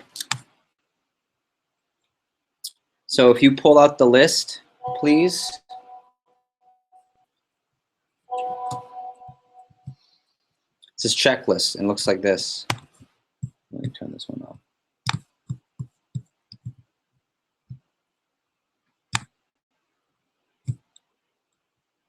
I apologize.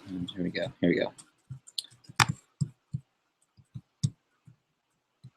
So fast start. If you want to have the following, the folder that I sent out that says checklist open with all the different documents, and then this list. I actually gave more specifics on the list on the email, and it looks like that.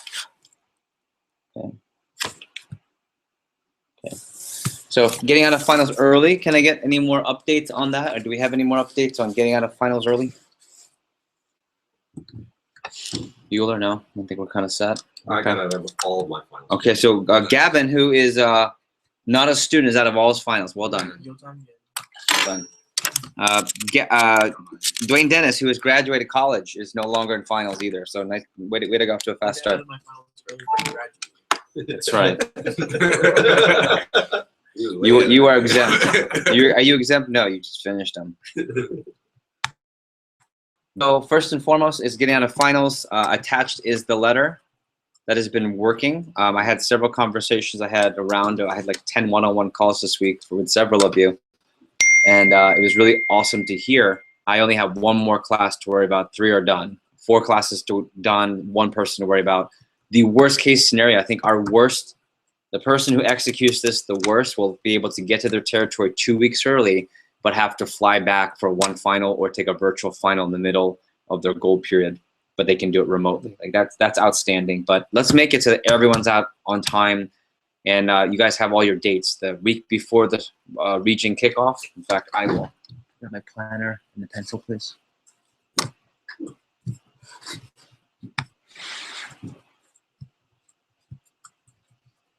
Thank you.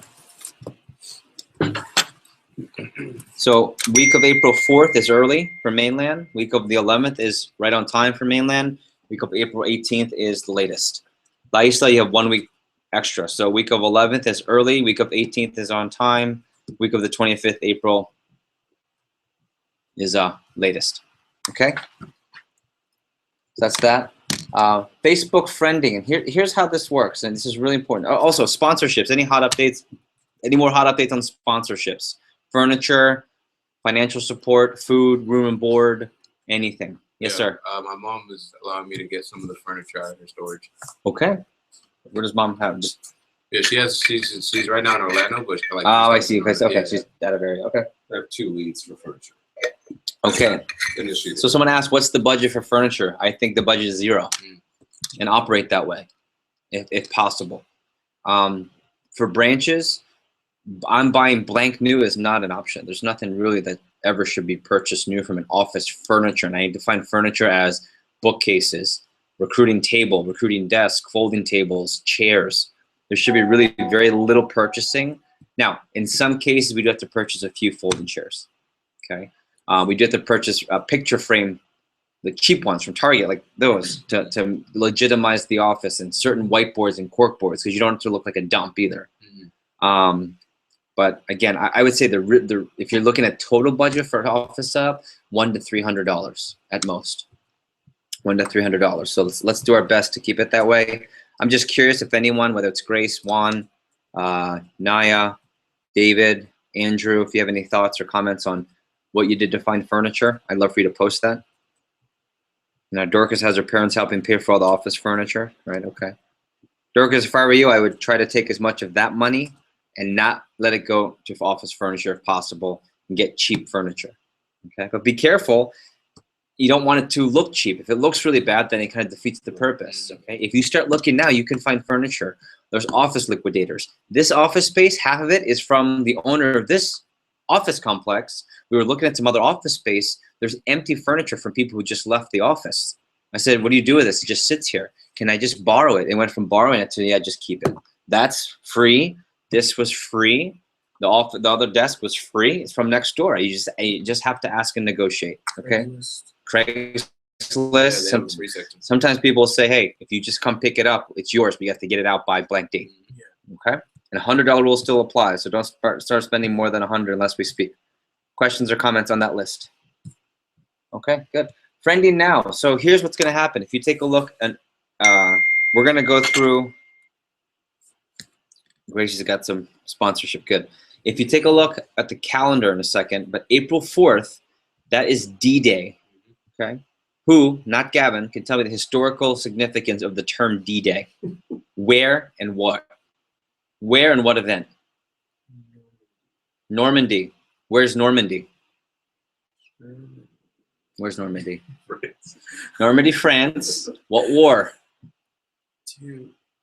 Two war? Final answer? Is it final answer? What war? Final answer? What war?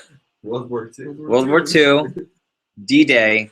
We sent a lot of troops. The beaches of Normandy. Thank you. Okay.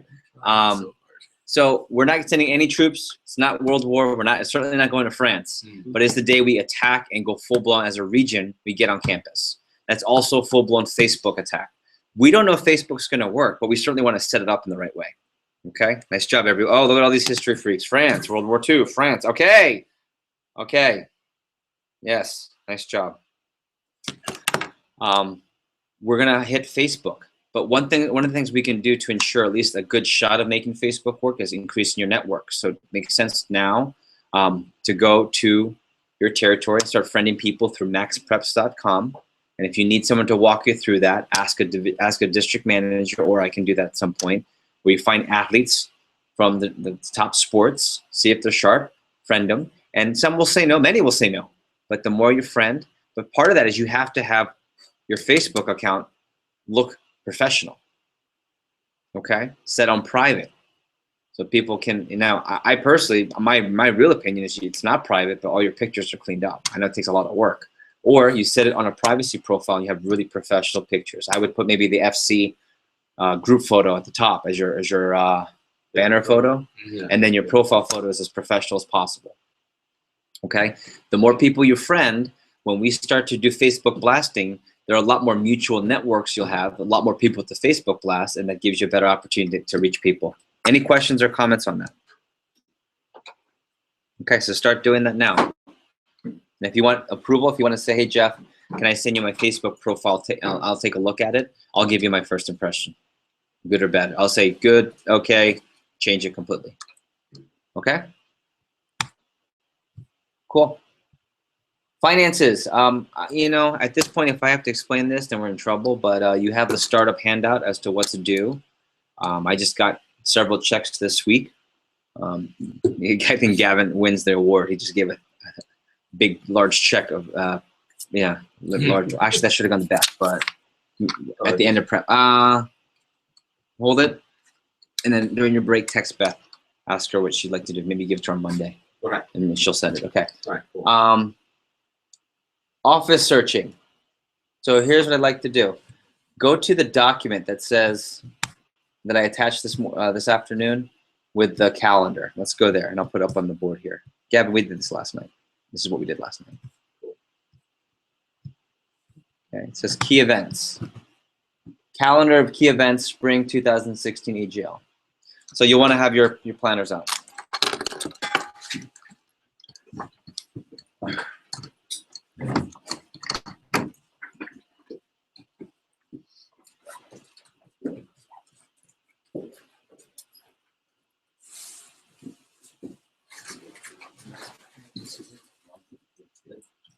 Let it go. Good. In a Facebook blast, and again, I just got a new phone. I have a lot of contacts. Did you just find that out today in new phone, or did you prep it in assignments last night? I found it. Okay, so cool. Something that'll help you out for next time. May I ask you to read off? I'm sorry. Read you off how it was. Yeah, one more time. Read you how it was perfect. Not tonight, but we meet tomorrow. So sure. Okay, everybody. Oh, why are my photos up here?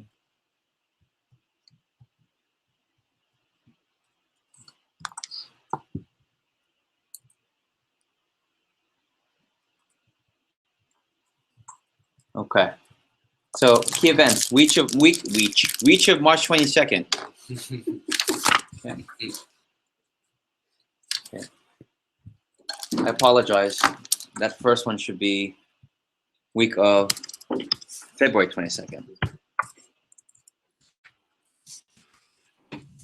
Sorry, I'm in a hurry.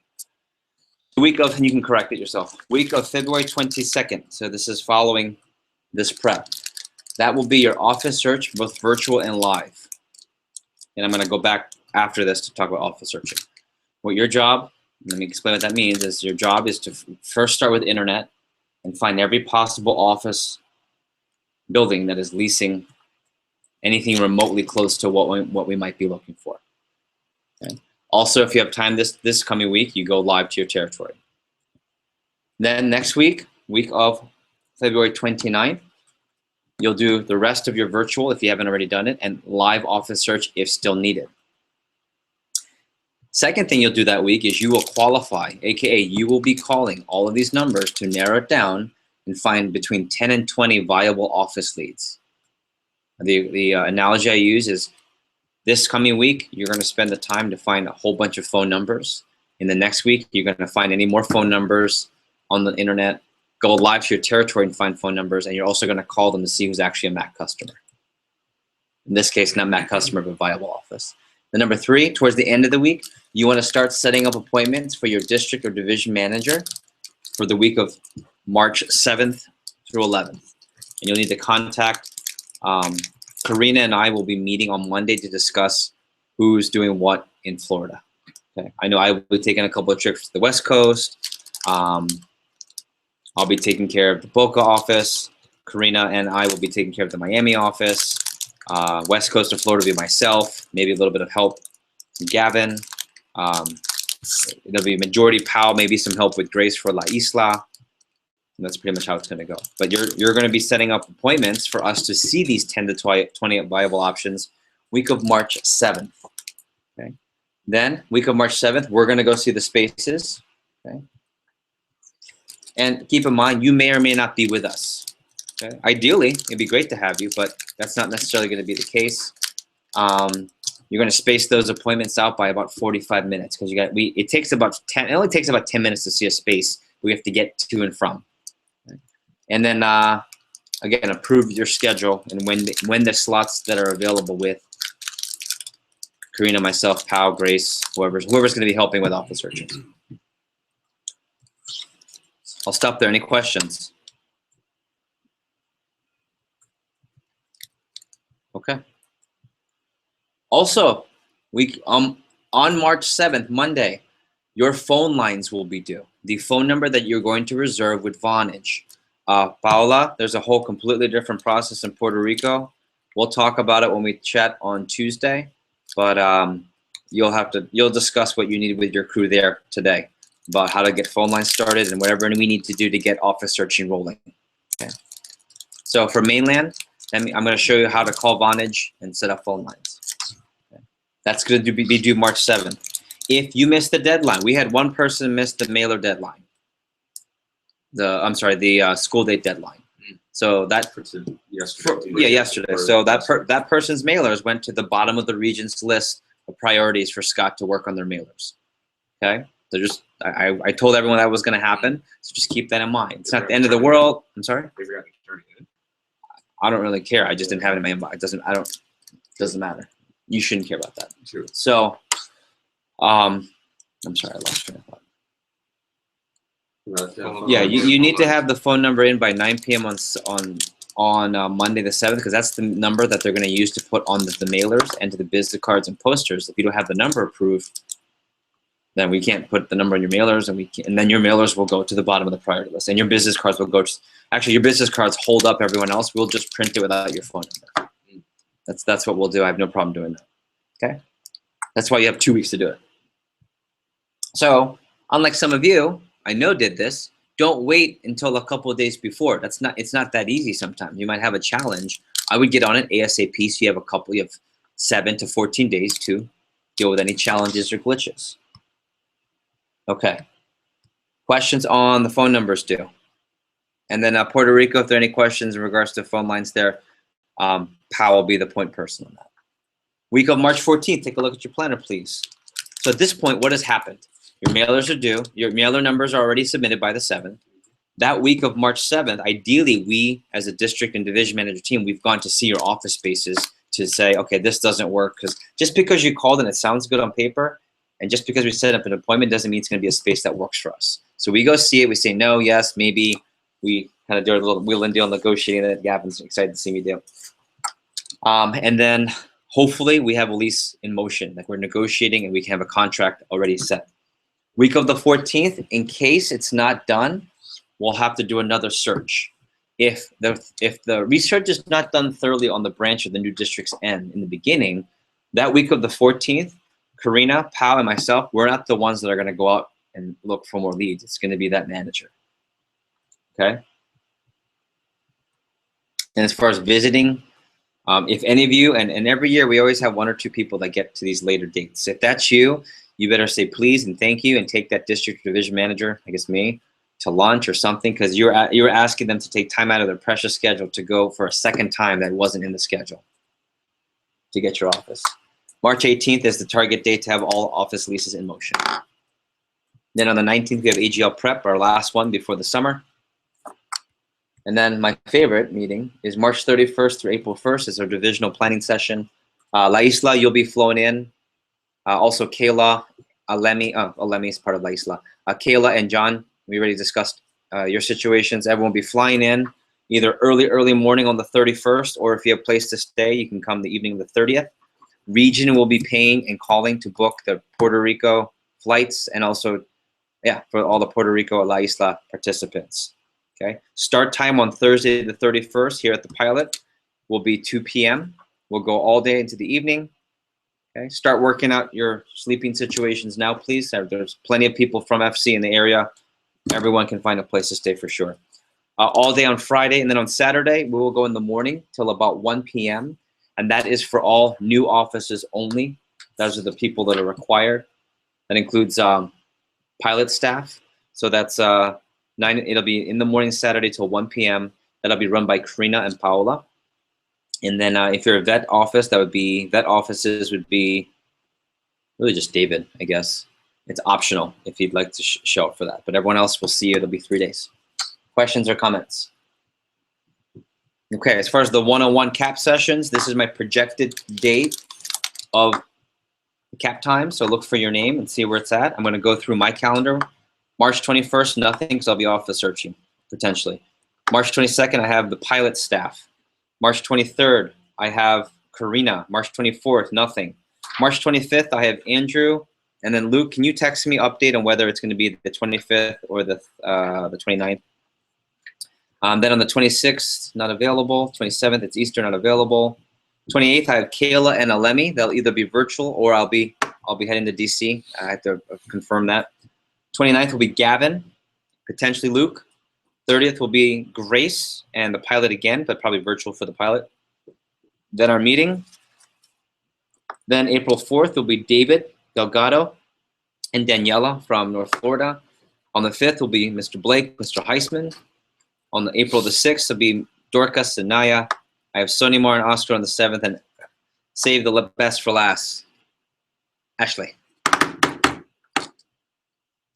And if you're wondering why, who's later, who's earlier, Puerto Rico's the latest because their schools break later, so there's more time to plan.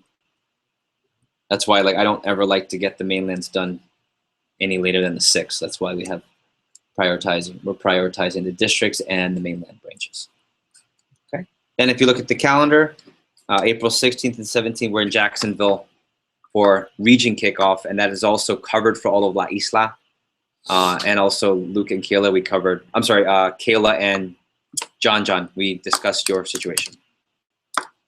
Questions or comments on the calendar? Questions or comments?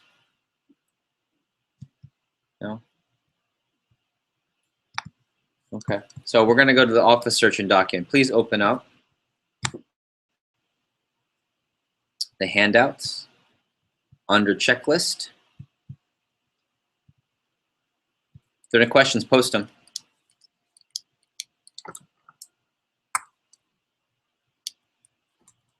Okay, if you open up where it says office search,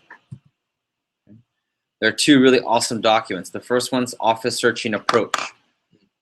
Okay, so when you look up leads starting next week, the #1 website is LoopNet, but you can also find some on Craigslist.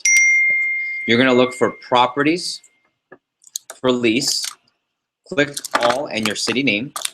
And when it goes to results, you can narrow your search, and those are the parameters: 500 to 2,000 square feet, and this is your question, Gab. $5 to $16 per square foot. Why is it doing this? Hold on.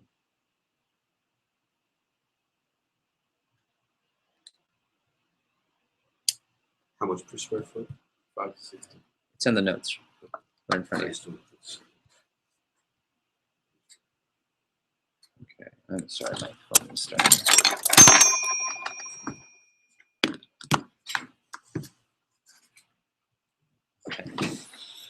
Also, you can look on Craigslist. In Puerto Rico, it's clasificados. But I think I want to give props to the Puerto Rican team. I think all of the branches, if not most of them, already have done all of their virtual searches for office searching. So outstanding work. Drive around, this letter C is drive around your local territory and write down numbers of offices for lease in main driving areas. And then it says CK Arbuthnot's Territory Exploration Guidelines. So let's go to that document real quick. So this is the document for if you're gonna go. So we're looking at this right now.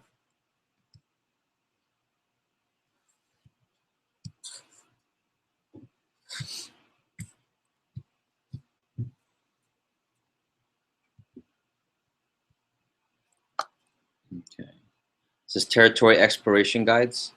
This is when you go live to a territory. Okay, I'm gonna put it onto the television. And Daniel, this is just good for you to hear. Objectives, check out the lay of the land, right? That's what you're trying to do, is just get an idea. What are the major highways, roads, and intersections? What are the shopping centers? Where could you active advertise? Of course, you want to know where your schools are, where the hangouts are, places to active. Start getting familiar with your territory. Build confidence and amazing how your territory is going to be this summer, and collect leads of potential office spaces. Okay. So how to collect office space leads. Print off a local map of your territory from the internet, or buy a map of your area. Gas stations always have these too. They're printed out and they have the grid form. Identify major intersections and roads and highways. Why? Because you want to find an office space that's going to be within a certain area. So for those of you that are here in mainland, I'm going to show you on a map where you should be looking. Those of you in the Miami Metroplex, you should have spoken to Karina.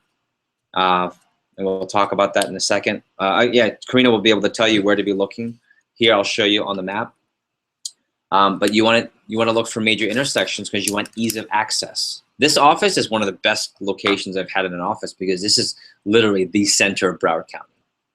Commercial is the center because you've got all the way up. If you know Broward County goes to Sample. You go, what's above Sample? Almost, just shy of Boca. Right. Yeah, Hillsborough. So that's like the bottom of Boca, the top of Broward, and then it's also the same distance down south to Miramar slash Pines, right? That's kind of the bottom part of our territory. It's also between 95 and Turnpike. It's right in the middle. But you want an office that's off of a main highway, ideally. Okay, look for office parks, which is a collection of office buildings. This is an office park. This is a one-story office park. This is a one-story storefront office park, right? Because it's like you walk into the office from the front, like a store. Versus office building complex, you have to walk in, there's a lobby, and you go to different offices. Okay? Individual freestanding buildings, that would be very similar to the previous Miami office, Kathy's office, if you remember the 3-story level. And then privately owned spaces or portions of a house. That was my branch office. It was part of actually a house, but it looks more professional than you'd have to see it. Okay, once you've identified potential spaces and you see it, look for a sign that says for lease or office space available. Okay, so now if you're by yourself, don't stop. You know, it's dangerous. So have your phone. You can take a picture and then send yourself a voice memo. Corner of Commercial and 441. Red brick building, 3-story. And then go a block, pull over, and write down what you saw on the block. Then do it again. And go up and down, because a lot of times the best deals don't advertise on the internet. Does anyone know why? Anyone else want to guess? They're fresh. Okay, maybe they just went up. A lot of older business owners who give the better deals aren't tech savvy. And you also have to pay the real estate agent. If you go through the website, a realtor will show it. So the landlord has to pay the realtor a commission. Okay. If they just go privately and advertise it, there's no commission in the account. Okay. Record information in your office searching chart below. So take a look. There's an office searching chart. Okay, say it again. Oh yeah. Okay. And then to maximize the search, once you've exhausted traveling up and down your territory, deviate to different roads from the main road. Repeat the process of identifying buildings. Sometimes you have to go through the same streets like 5 to 10 times. And then on foot, if applicable, walk around certain areas. What I do like to do, well, it'll say, do look for space that looks like they would let a college student run an office there. Your 5-story glass front building is probably not going to deal with Cutco Vector. If you feel this is my kind of off-the-cuff rule of thumb. If you feel like you would be intimidated to walk into the office space and you're the frickin' branch, it's probably not going to pan out. There's A class, B class, and C class. This is considered a C/B class type establishment for what it's worth. Okay, an A class building. I don't know any Vector offices that are an A class building. That's considered a B, believe it or not. That's just a nicer B. Okay. Okay.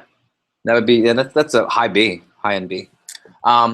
Don't look for office space that looks super nice and top executives work there. It's too much money. Do write down as many options as possible.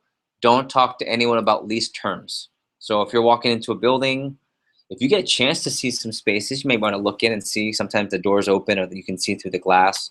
If someone's asking, I sometimes like to go to a building that I know is going to be a very central building. A building that I know, if I could imagine and click, if I could go like this and there's an office space available for the price in that building, I'd want to be in this location. I'll sometimes get out of the car, I'll go into the building, I'll look for a sign, see if, and I'll maybe go to the central receptionist or it'll say leasing agent. There's like the name of the company, right? So if in a professional building, you have all these. One of these offices is TMT Properties, and they have a private office. I'll go there, or I'll ask one of the tenants, and I'll usually go to a nicer tenant. Like here, I would probably go to the sushi restaurant. It's like, hi, actually, yeah, do you know if there's any office space for rent here? Hey, do you know if there's any office space for rent here? Oh, do you have the landlord's number? I like doing that because then it bypasses agents. And if I go right, and some owners will tell you, you know what, you got to talk to the realtor. I don't do that. But if I get the realtor, sometimes they'll just wheel and deal with you, and they'll cut you a better deal because they don't have to pay commission to the real estate agent. Okay? If you're approached by someone, they ask you, hey, what are you looking for? You just say, you know, my manager sent me out to the area to do some legwork. I'm just collecting some names and some potential office space numbers. Do you know any places that are available? If they keep asking, just say, and just laugh. Like I always laugh. I literally go, you know, I don't know any of the details. I'm just doing what I was told. You don't know any of the details because you wouldn't know what to say on purpose. Okay, so that's what you do when you go to your territory. Can we go back to the office searching approach, please? Will I be doing this for my territory as well? With Port Charlotte? Like actually going there, and would I be doing that? What do you think?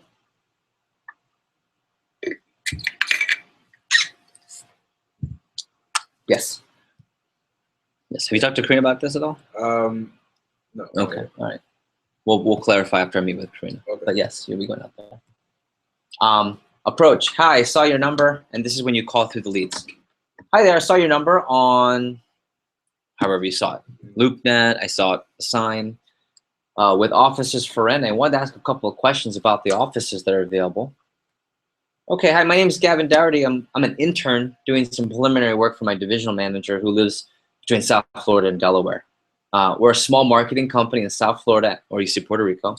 And we currently have offices in Miami, Fort Lauderdale, Fort Myers, West Palm, and looking to open up some additional office spaces in the South Florida area. Or, in your case, Gavin, looking to open up some offices in the southwest part of Florida. We work with Cutco, not sure if you've heard of it, but it's kitchen stuff and a few outdoor items. Our representatives work as independent contractors like Mary Kay or Tupperware, so they're not in the actual office, they work in the field. Okay, well, the office we used will be for interviewing new representatives, running small trainings, and mostly admin clerical work. We're looking to have at least one private office, ideally two, a receptionist area, which can be part of a private office if need be, and an open area of about 350 to over 500 square feet, just for our interview and training area. Do you have anything like that that fits that description? Okay, and that main area is the term for that's called the bullpen. This is called the bullpen, right? Like in a bull ring, the big area, that's kind of the thought. So questions to ask if they say yes. If they say yes, we do have something like that. Okay, I have a couple of questions that my manager is looking for me to ask. Okay. What's the total size of the space? What's the cost per square foot? If they say anything over 20, you go, really? Oh, no way. That's crazy. I don't think my manager's even going to be able to look at that. Oh, well, that's the going rate. Okay, well, I'll put it down. Okay, let me see. Okay, that's going to be tough. Now, some markets in Miami, maybe. It's probably going to be over 20. I would ask them, so is that, I'm assuming that's flexible. That's how I always say it. So I'm assuming that's flexible. Well, that's non-negotiable. Okay, well, I'll let my manager know. I think that's going to be already gone. Are there additional fees? Is the water included? Is there electricity included? Are there CAM charges? CAM is common area maintenance. Okay, I want you to envision an office where you walk into like the lobby area. Okay, and there's this office for Mary Kay, this office for Cutco, this office for sex trafficking.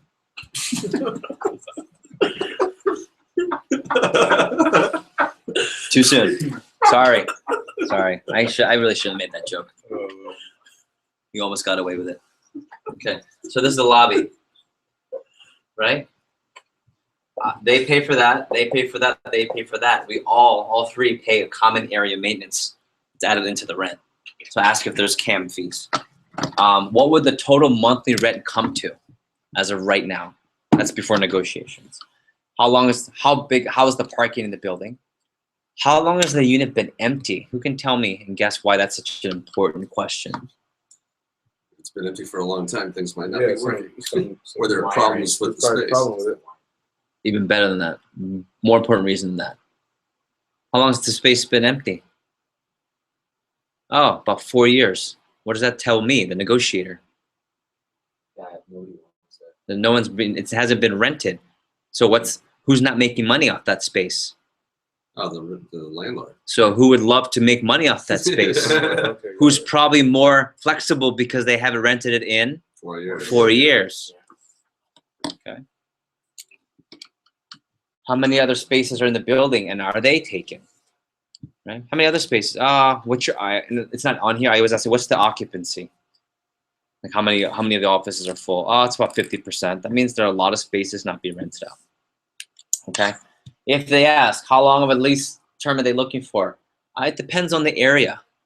Most cases, it's 1 to 3 year leases in hopes of being there longer, but he didn't give me any direction on that. Again, I'm just doing the legwork because I don't want you bringing up 4 months because they'll just say, oh, that's not going to work, and people don't do that. And people always say that, but since 1981, since Fred Glazier, my original division manager, did it in Pittsburgh, we have gotten branches. There's not a single case of someone saying we had to not open up Port Charlotte because no one would rent for 4 months. Someone rents for 4 months. Like we have, as a company, I believe 100% conversion on that. So let me negotiate. If nothing, hey, do you know of any other properties that realtors might have, that fit the description? Okay, if it sounds good, okay, well, my manager will be reviewing all the leads leads we have and doing callbacks in the next 2 weeks. We're looking to move in April and we're looking to lock down leases by the end of the month. What's the best number to contact you? And is there an email address just in case? Thank you for your time. Now, keep in mind, you may be the one calling them back. In fact, you probably will be the one calling them back. Okay. And you're going to call them back to say, hey, Gavin or Mr. Dougherty, I'm calling on behalf of my division manager. I spoke to you a couple weeks ago. Yeah, my division manager would like to come up from South Florida, from Fort Lauderdale, or he's coming down, actually flying down from Delaware. That's accurate too. He's flying down from Delaware to take a look at some of the spaces. So I wanted to see your schedule next week on March 7th or 8th. I have a couple spots available. Okay, great. And what's better, day or morning? Cool, I can do a 9 o'clock. It's just like setting up Cutco appointments. It's the same thing. Okay. And you want to get the name of the person, best way to meet them, their contact information. You give them my contact information as well. Firm it up, all of that. Okay. Any questions? And we have a couple people here who have done office searching before. Specifically, I think Andrew, I believe you're on. Andrew, can you give any specific tips when you're calling? Because I think you've already started to call through. Or anyone that has done this before. Any tips on calling?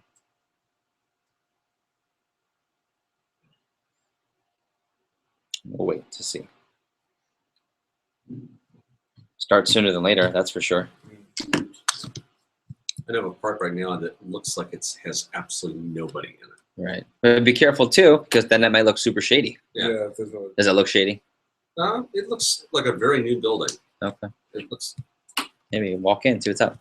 It's right. It's within the circle. It's in the northern part of the square. Okay, cool. I like Bell Towers, man. That's a great spot to be in. In the park, what is it? Something Commons. It's like Yeah. northwest. Bell Towers, right across the street from Cantina Laredo, that Mexican place. I don't know if it's still there. Cantina, got closed down, huh? I've never seen it. Booming business. Any questions on office searching? Okay, cool. Let's go to phone lines, phone numbers.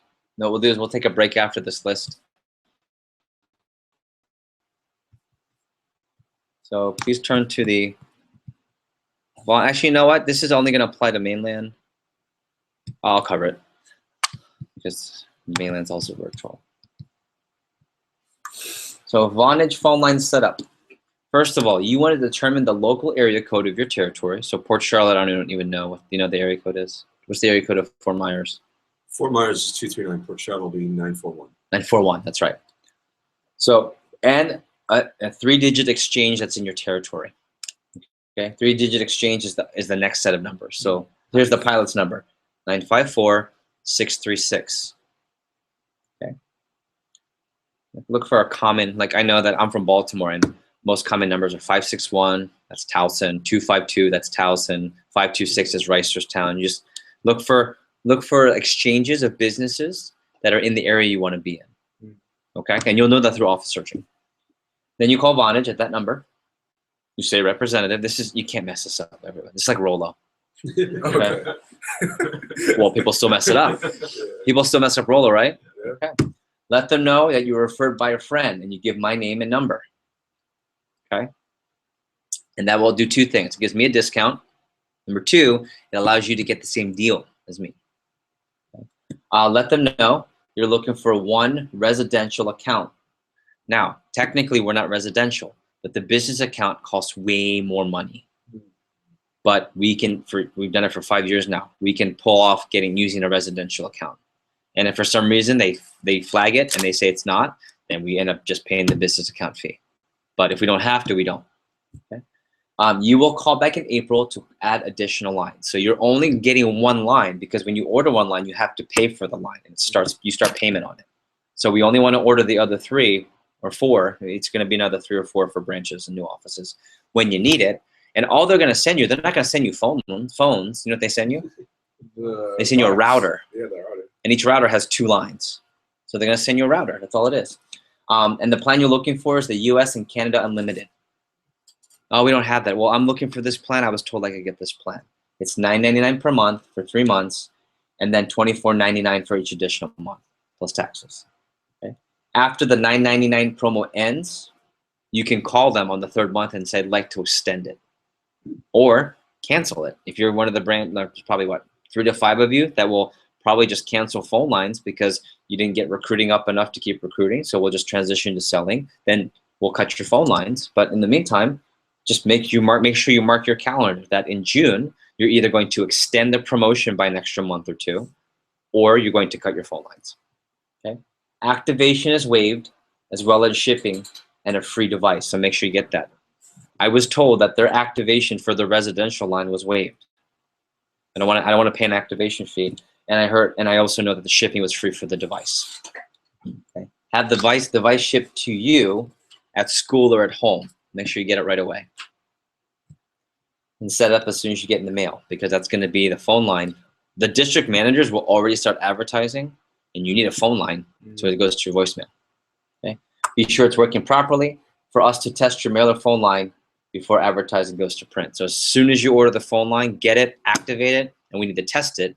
Because if we call and you've done all the right work, but if for some reason Vonage didn't get the line to go through and we don't catch it, it's going to go to print. And it's going to go on all the business cards, and it's going to go on all the mailers. And if it's wrong, we reprint all the mailers and recharge you all those mailers. It happens every year to someone. You don't want that. Okay, any questions? And that's going to be due by March 7th. In the box, it's just we just plug it into our We'll show you water later. router at home. Yeah, we'll show you later. Right. We'll show you the pilot. Any questions on phone services? Let's see if there are any questions. Any questions on phones? Questions on office search or phones? Okay. All right, calendar review, we just did it. Miscellaneous in the, oh yeah, we have an available seminar. Daniel's running the seminar while we're in Prague, but Karina has an available seminar. Not next week, but the week after. So it might be Blake. Are you potentially going to run it? Okay, so I think we filled that. Heisman has a question. Yeah, if we're in school, should we sit up here at school till we go back? Yes. Yes. Okay. High school recruiting email. I don't know what that means. I don't even know what's on. Oh, yes. I'm sorry. I have a list of all representatives that over $2,500 in CPO from last summer. I am almost done crafting it. I'm going to send an email by Monday to all of that list. And whatever responses I get, I'm going to send them over to you. And I was instructed to do it through the DVM so I can organize who's responding, and most of them are connected to me. So it's easier for me to have a conversation about bringing them back to the business than probably some of you. Okay, so that's really nothing on you. But if you get nothing from me, it means you got no response. But if things respond, then I'll send you over these people who want to come back and sell, and we can try and make them assistants, scoop them up. Okay. Miscellaneous, I was going to talk about dressing to impress. If we have time, we'll go to the dress. And then organization, couple things, really important. And this is no different than any other 10-80-10. 10% of you are excellent, 10% of you are terrible, and most of you are average with using your planners. I can just tell you the degree that which you start to plan and get your planning on point is going to help you tremendously this summer for everyone in this room. And I can tell you the people I work well with are the ones who are the most organized. You don't have to be pristine with it, but if you're disorganized, it's causing everything to go backwards. We miss deadlines. I mean, how about this? I will say this. All of you are very clearly in either the organized or not organized category. There's very, very few in between. There's a few in between, sorry. Okay, but I just don't know what to say other than we've taught this for some of you many years in a row, and it's going to hurt you. It is. As far as files go, I'm going to wait till the other prep. That's a little overwhelming. Wait till office search is done. And as far as email etiquette, I will do email files the next prep. That's also a lot of busy work that's not important right now. Like the last thing I would care about if at the end of the summer I said, did you organize your email? Like it's important, but the key is you got to start. The key is you guys have, we really need to see people on email twice a day minimum. Once in the morning, once in the evening. And if you're missing communication, WhatsApp, you got to be checking your WhatsApp. That's really important. Email etiquette, a couple of things I'll share with you. Most of you have received enough emails to know how I roll with emails. But I send emails in a way that allow you to use them and put them into your folders appropriately and to look back and find them quickly to save you time and be efficient. So in parentheses, I always put to who. If it's just to Gavin, it'll say Gavin. Right? Let me show you my email up here. Let me just make sure we're on the page that talks about all of you. What? Gavin, please. Okay.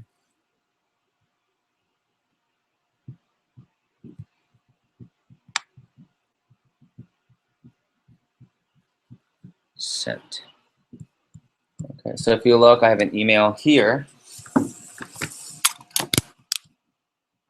I didn't do it quite here. So look, Beth parentheses ATL. ATL is my code word for add to list.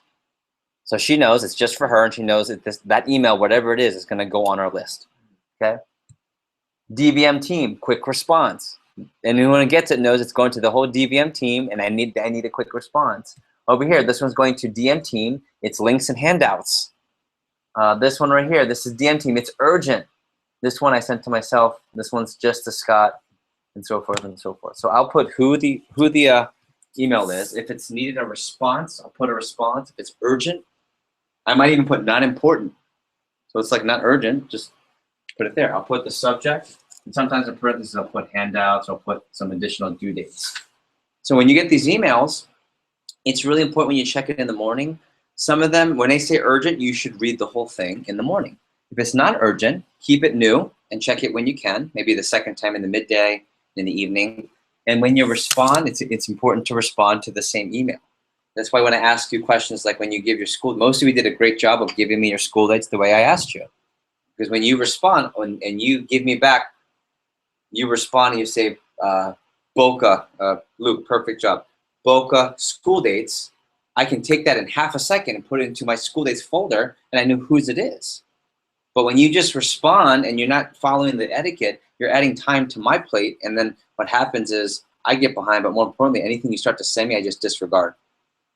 Anyone that slows me down, I usually just leave you. So it's really important to get on email etiquette, WhatsApp etiquette, conference call etiquette. You guys have been actually pretty awesome, I won't lie. This is one of the better divisions, summers. We're on 5 minutes before start time, roll call. That's the one part that we could use a little help with is speed of updates, right? And that's something we will continue to work on. But we should be able to get through the entire division within 10 minutes. What's hot, what do you appreciate, and updates should be within 10 minutes for all 18 offices. Okay, any questions? Okay, and that's it. So next prep we'll cover, I'll probably cover dress at the next prep. Dress, organizing email, and organizing files at the next prep. Okay, let's do this. The only things left are PDI, and then we're done.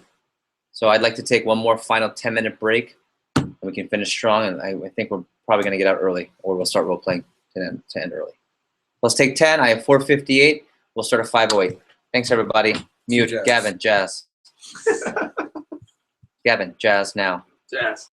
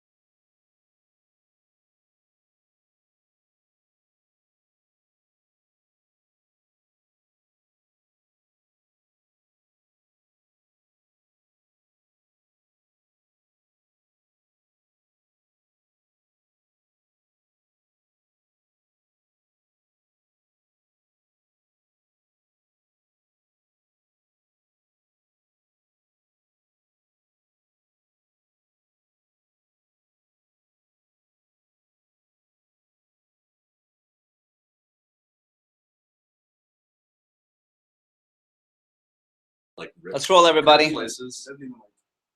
Let's roll, everybody. If I want to do it that way, I have to. I figure that's going to be an investment. Get a couple new suits from Suit Supply. What cut do you have? What line is the suit you wore to your banquet? What suit is that? The blue one? Yeah. That suit's. Well, I know, but like, is Lazio there? Oh, you've already researched? Yeah, I've already looked Sienna. at. Oh, I like the Sienna cut. That's one. In the I can find you. Lazio. I can find you two that looks close to that for about $300 cheaper, which I prefer you to buy that one. Yeah, I can get you. You can look like that for about $400 less. Cool. So let's do that. Navy for sure. Oh, All yeah. right, everyone's back on. We're hopping on. Make sure you post on when you're back on and back on and back on.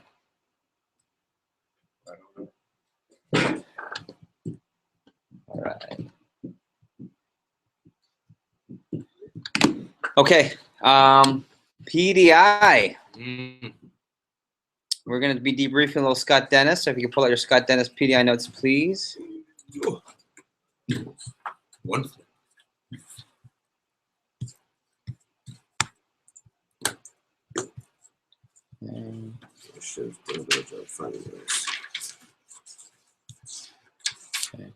So we did a review on one of the preps on the PDI binder and keeping things organized, and we will certainly review that again at the March divisional planning session.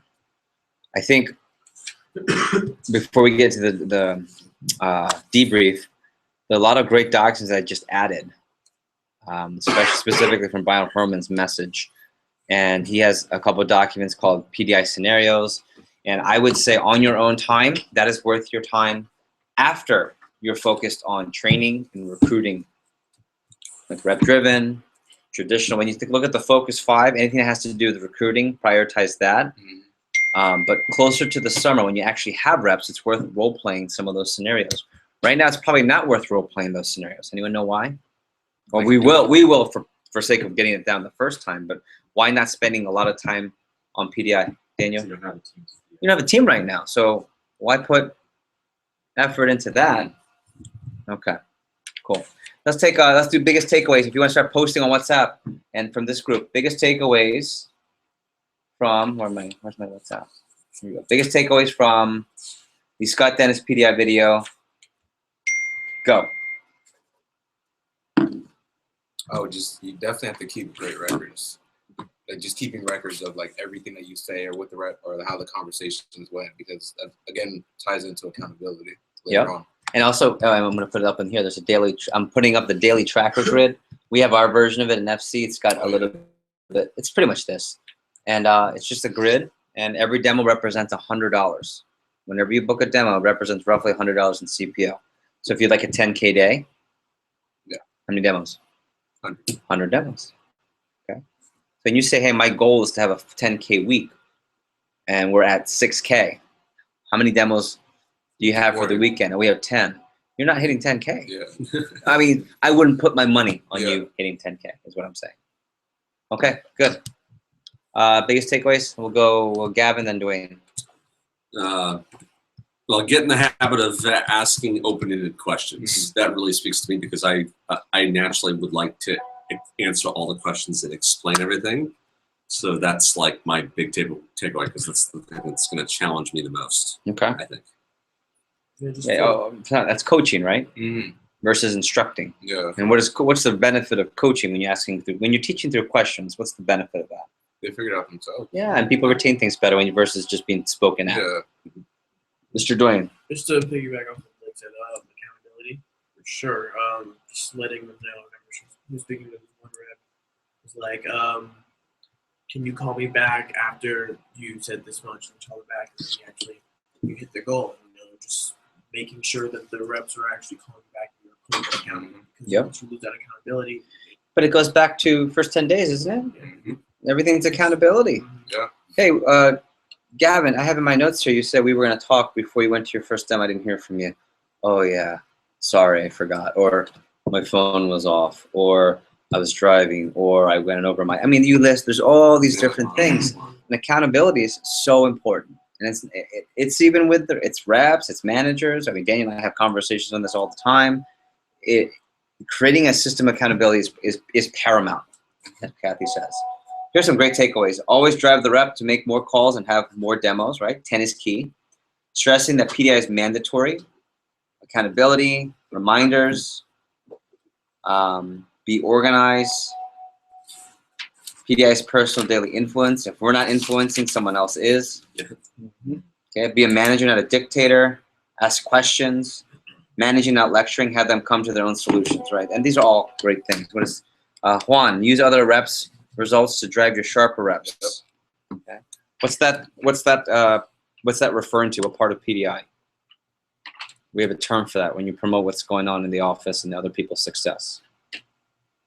What's that called? It's parade of proof. What's that called in PDI when you're talking about what other reps are selling? What's that promotion? Just like hot updates. The hot updates, or the hot update list, or hit list, if you will, hot updates. That's why it's even on the grid. There's a section that says hot updates. Okay. One of the things that we did in the pilot really well, you have the grid. We would turn it over, and we would just have all, because we had so many, we would just keep a tally. And on the front, we would keep a tally of, okay, by 5:15 p.m., where are we at for the day? Okay. Ready? When I call the pilot, bad answer. Hey Luke, what are we at for the day? Hold on, let me count. Bad answer. Hey Luke, what are we at? Well, as of 4:15, we were at blank. Let me count what we're at now. We should know, and you might not know at that time that I called. I should be able to call your office. Hey Dwayne, where are we at for how are sales for the day? You know what? I didn't update. It's been since 11 o'clock, but at 11 o'clock we were at like 0. But we've done 10 demos. We're already at 2K. That's appropriate PDI, and you should be knowing because every PDI call. Okay, Gavin, 462. Cool. You just hit your first promotion. How's that feel? Cool. Can I give you some hot updates? Yeah, we're crushing it right now. Blake, first homemaker. It looks like Daniel was first customized set. Remember Kayla, who sat next to you in training? Remember she didn't sell anything in advanced training? Yeah, sold her first piece. How cool is that? Okay, yeah, we've already sold $9,000 for the day so far, and our goal is 11. So thanks for pitching in. What do you have tonight? What else can you add to the book? It looks, I see here on Web PDI, and we're gonna get into Web PDI. I see you have 2 more tonight. Hey, could you squeeze 1 more? Right, and you're always looking for more reasons and promoting and looking for more, promoting and looking for more. Hey, what's next? And you're living, and Herman says it best, you're living in the world known as today, tomorrow, and the next. Don't worry about beyond that. Hey, what's today look like? Ooh, okay, well, who can we call right now? Hey, I have here from your PSP. I have here, you're doing 3 appointments today. You only got 1, or we're changing that right now. But that wouldn't work unless you got the goals from the beginning. And how do you get the goals from the new group? PSP is for current team. How do you get goals from the new group? From their, what is it, AT1? No. From AT1, and also just from their scheduling. Yeah. Okay. Really important, everybody. Cool. Other updates, let them set their own goals, but don't be afraid to hold them back if their goals aren't realistic. Yeah. Yeah, it's really good. Praising action, promoting actions. We've been talking about that all prep. That's right, Andrew. Promote competencies, promotions. Okay, good. Hold them accountable. Oh, there's this second person. Yes, this is a new jacket. Thank you. I'm glad you like it. 2 of you. But the PDA reminds you of my jacket. It's like, yeah, is that a new jacket? That's right. So here's my assignment. One of my assignments from now until next prep. I'd like you to read, if you can open up the document, it says Crown Town PDI. This is an outstanding document. Okay. And this is a tweaked version. The original version of this was from West Goddard and the South Coast Division. And this has been since updated or just copied and put a different name. Unbelievable. No, I think updated. Good. Nice job. But it says, you can see it up here. It says vector marking on the front. I'm not going to read through it. This is outstanding. This is the A to Z's of PDI, the value and the philosophies of PDI on the first page, expectations, okay, schedule, okay, knowing the numbers, how to track, and then it ends with scenarios that we're going to role play at the next prep. So you can expect a lot of role play in the March prep. A lot of role play. In addition to that, there are multiple other scenarios that we have, but that right now that's not important from a PDI standpoint. Okay, so I'm going to stop there for a second. I'm going to turn it to any general questions on PDI. I'm going to open up even to the WhatsApp. Any general questions on PDI? The assignment from now until the March prep is to review this specific document, and we're going to role play like crazy at the next prep. An hour and a half to 2 hours of the next prep is all PDI role play. Okay, so I'll even put that. So go through your PDI notes. We'll do any questions, and we're going to end early. There's nothing else I need to cover with you guys. I was just wondering generally how you set up the binder so that everything is accessible. Yeah, we covered that at one of the preps previously, but I'll do it again at the next prep. As far as like physical. Yes, just so that Yeah. everything's within reach. And for those of you that are wondering about web PDI, I haven't made a final decision because it does cost money, but I'm definitely leaning towards web PDI for everybody because there's just too much value to pass up that investment. It's going to be, I think it's like $60 a month to be able to track everything virtually online. And I'll cover how that works. The way we're going to have it, we're going to have a PDI binder that has the grids so that you can track sales daily and have a what's hot promotion list. Everything else would be done on the web. And you'll be able to organize it into a new group. You'll be able to put it,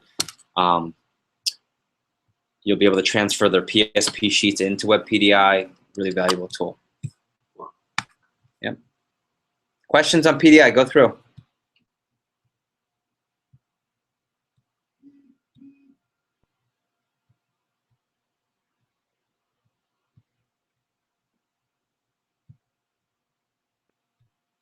I want to quit. I was reading that too. I want to quit. How many demos have you had? One. On the scenarios, you mean? Imagine that's your reaction. You just laugh at them. So, how long is training again? You can't quit yet. Remember the top there? Someone that should walk in. What's the So name of what- the top? So let's do this for a second. What's the first version of PDI, aka where you're talking to reps on the phone as a manager? Let's do that discussion. The first version. When's the first time you have PDI, phone interaction? Day two. Day two. Day two, okay. So what's the objective of that PDI? To get them excited about getting on the phone before, because they're checking with you when they get home, and then you're talking to them after. Hopefully, they booked some appointments to keep them going. Yeah, what's the main objective? Confidence. What's the main objective? There's one objective. Set demos. 10 plus, ideally. The goal is to get them to 10 plus before they come in, and everything in the morning is gravy. But that morning should also be like insurance, just in case. So if you find yourself having reps showing up and you're not even close to 10, then you already know something's off because they should be getting to close to 10 before they even get to the training on Saturday. Okay. Downtown PI. Any other questions on PDI? We're gonna make this kind of quick. Okay, let's do this. We're gonna end about an hour early, not quite. I'd like you to go through your notes. Top 2 takeaways. Everyone's gonna post, and we're gonna go through every single person here on the WhatsApp. Biggest 2 takeaways, and then I have one last thought at the end, and we're gonna roll.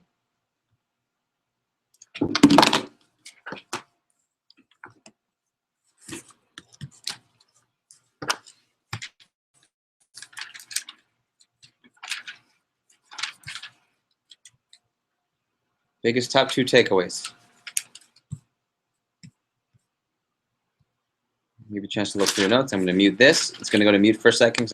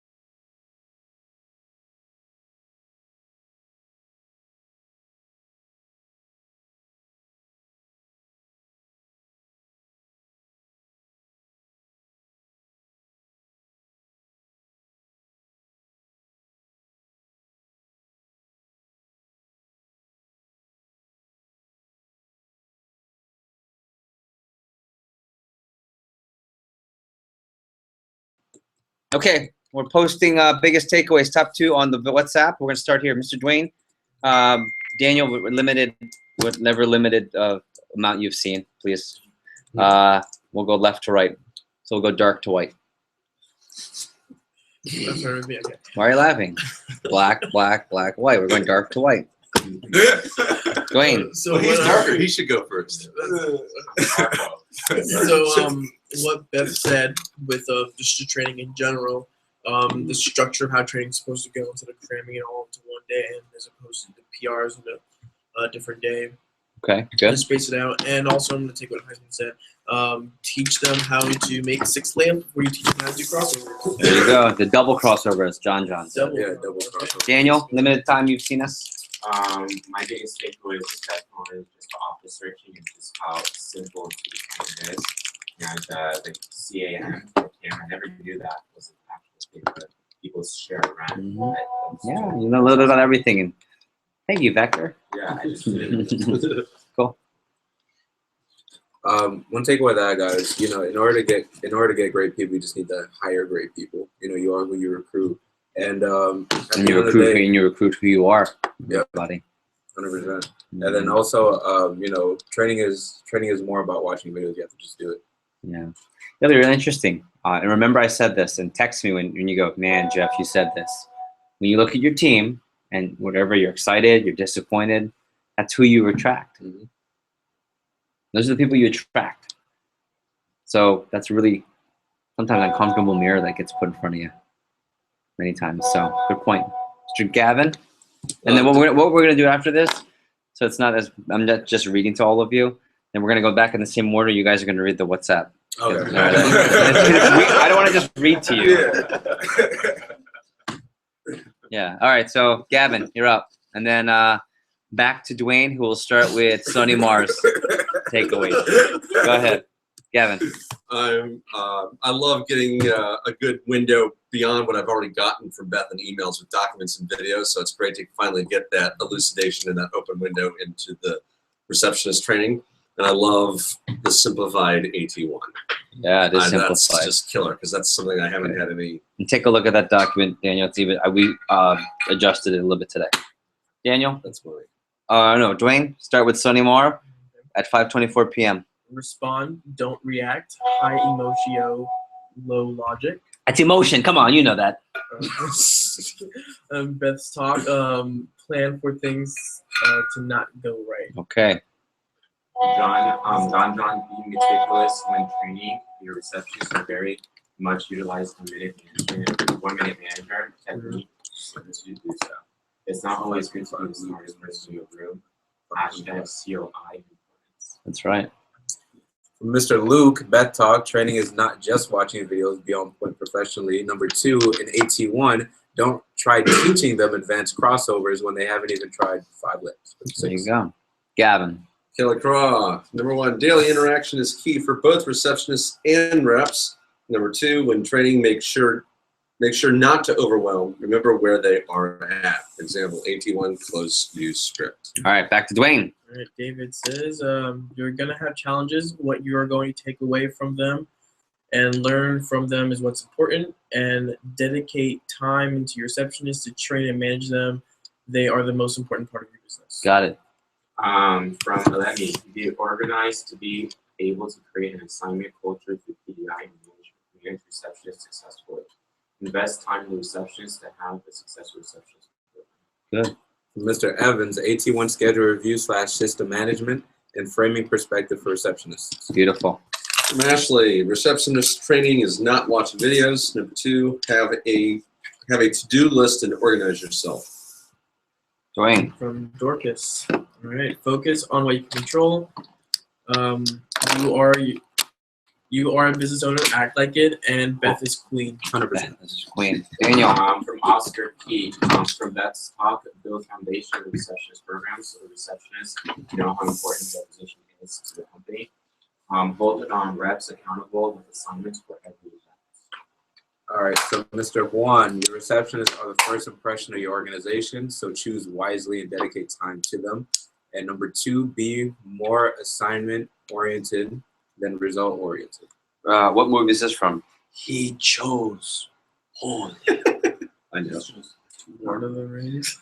That's not a bad guess. Lord of the Rings. Wrong. Honorable mention. Where's that from? Indiana Jones, The Last Crusade. Which is the first, second, third, fourth, or fifth one. Third. And there is no fifth one. Yeah, there's no- I never Wonderful. Because he died in the fourth one and came back as Han Solo. Ooh, or not. Continue. That was it. Oh, no, that's it. Yeah. That's it. All right, let me give a couple of thoughts. So, thank you for your time, everybody. Don't ask me now because I won't check them. That's the answer. I won't be too much available tomorrow, but as of Monday, 7 a.m., full blown ready to rock and roll. If there are any questions, assignments and post prep email will go out. You guys know what's really important. Just to review, the major assignment between now and the next prep is PDI program from Crown Town, aka North Charlotte, aka $1 Million Summer. The other assignments are just to get all of your to-do lists done. From most urgent right now is office searching, and the next urgent is phone line. So if I were in the mainland, I would get my phone line set up Monday, Tuesday, knock it out, and then move on to office searching.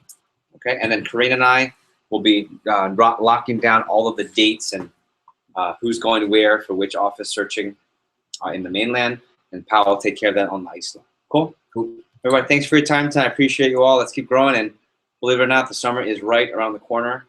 In 30 days, we have our last prep. In 60 days, we have summer kickoff. In 90 days, it'll be heat of goal period. Yeah. Okay, that's enough. Good night. Have a great night. You have an hour left. You can go script or go drink some beer.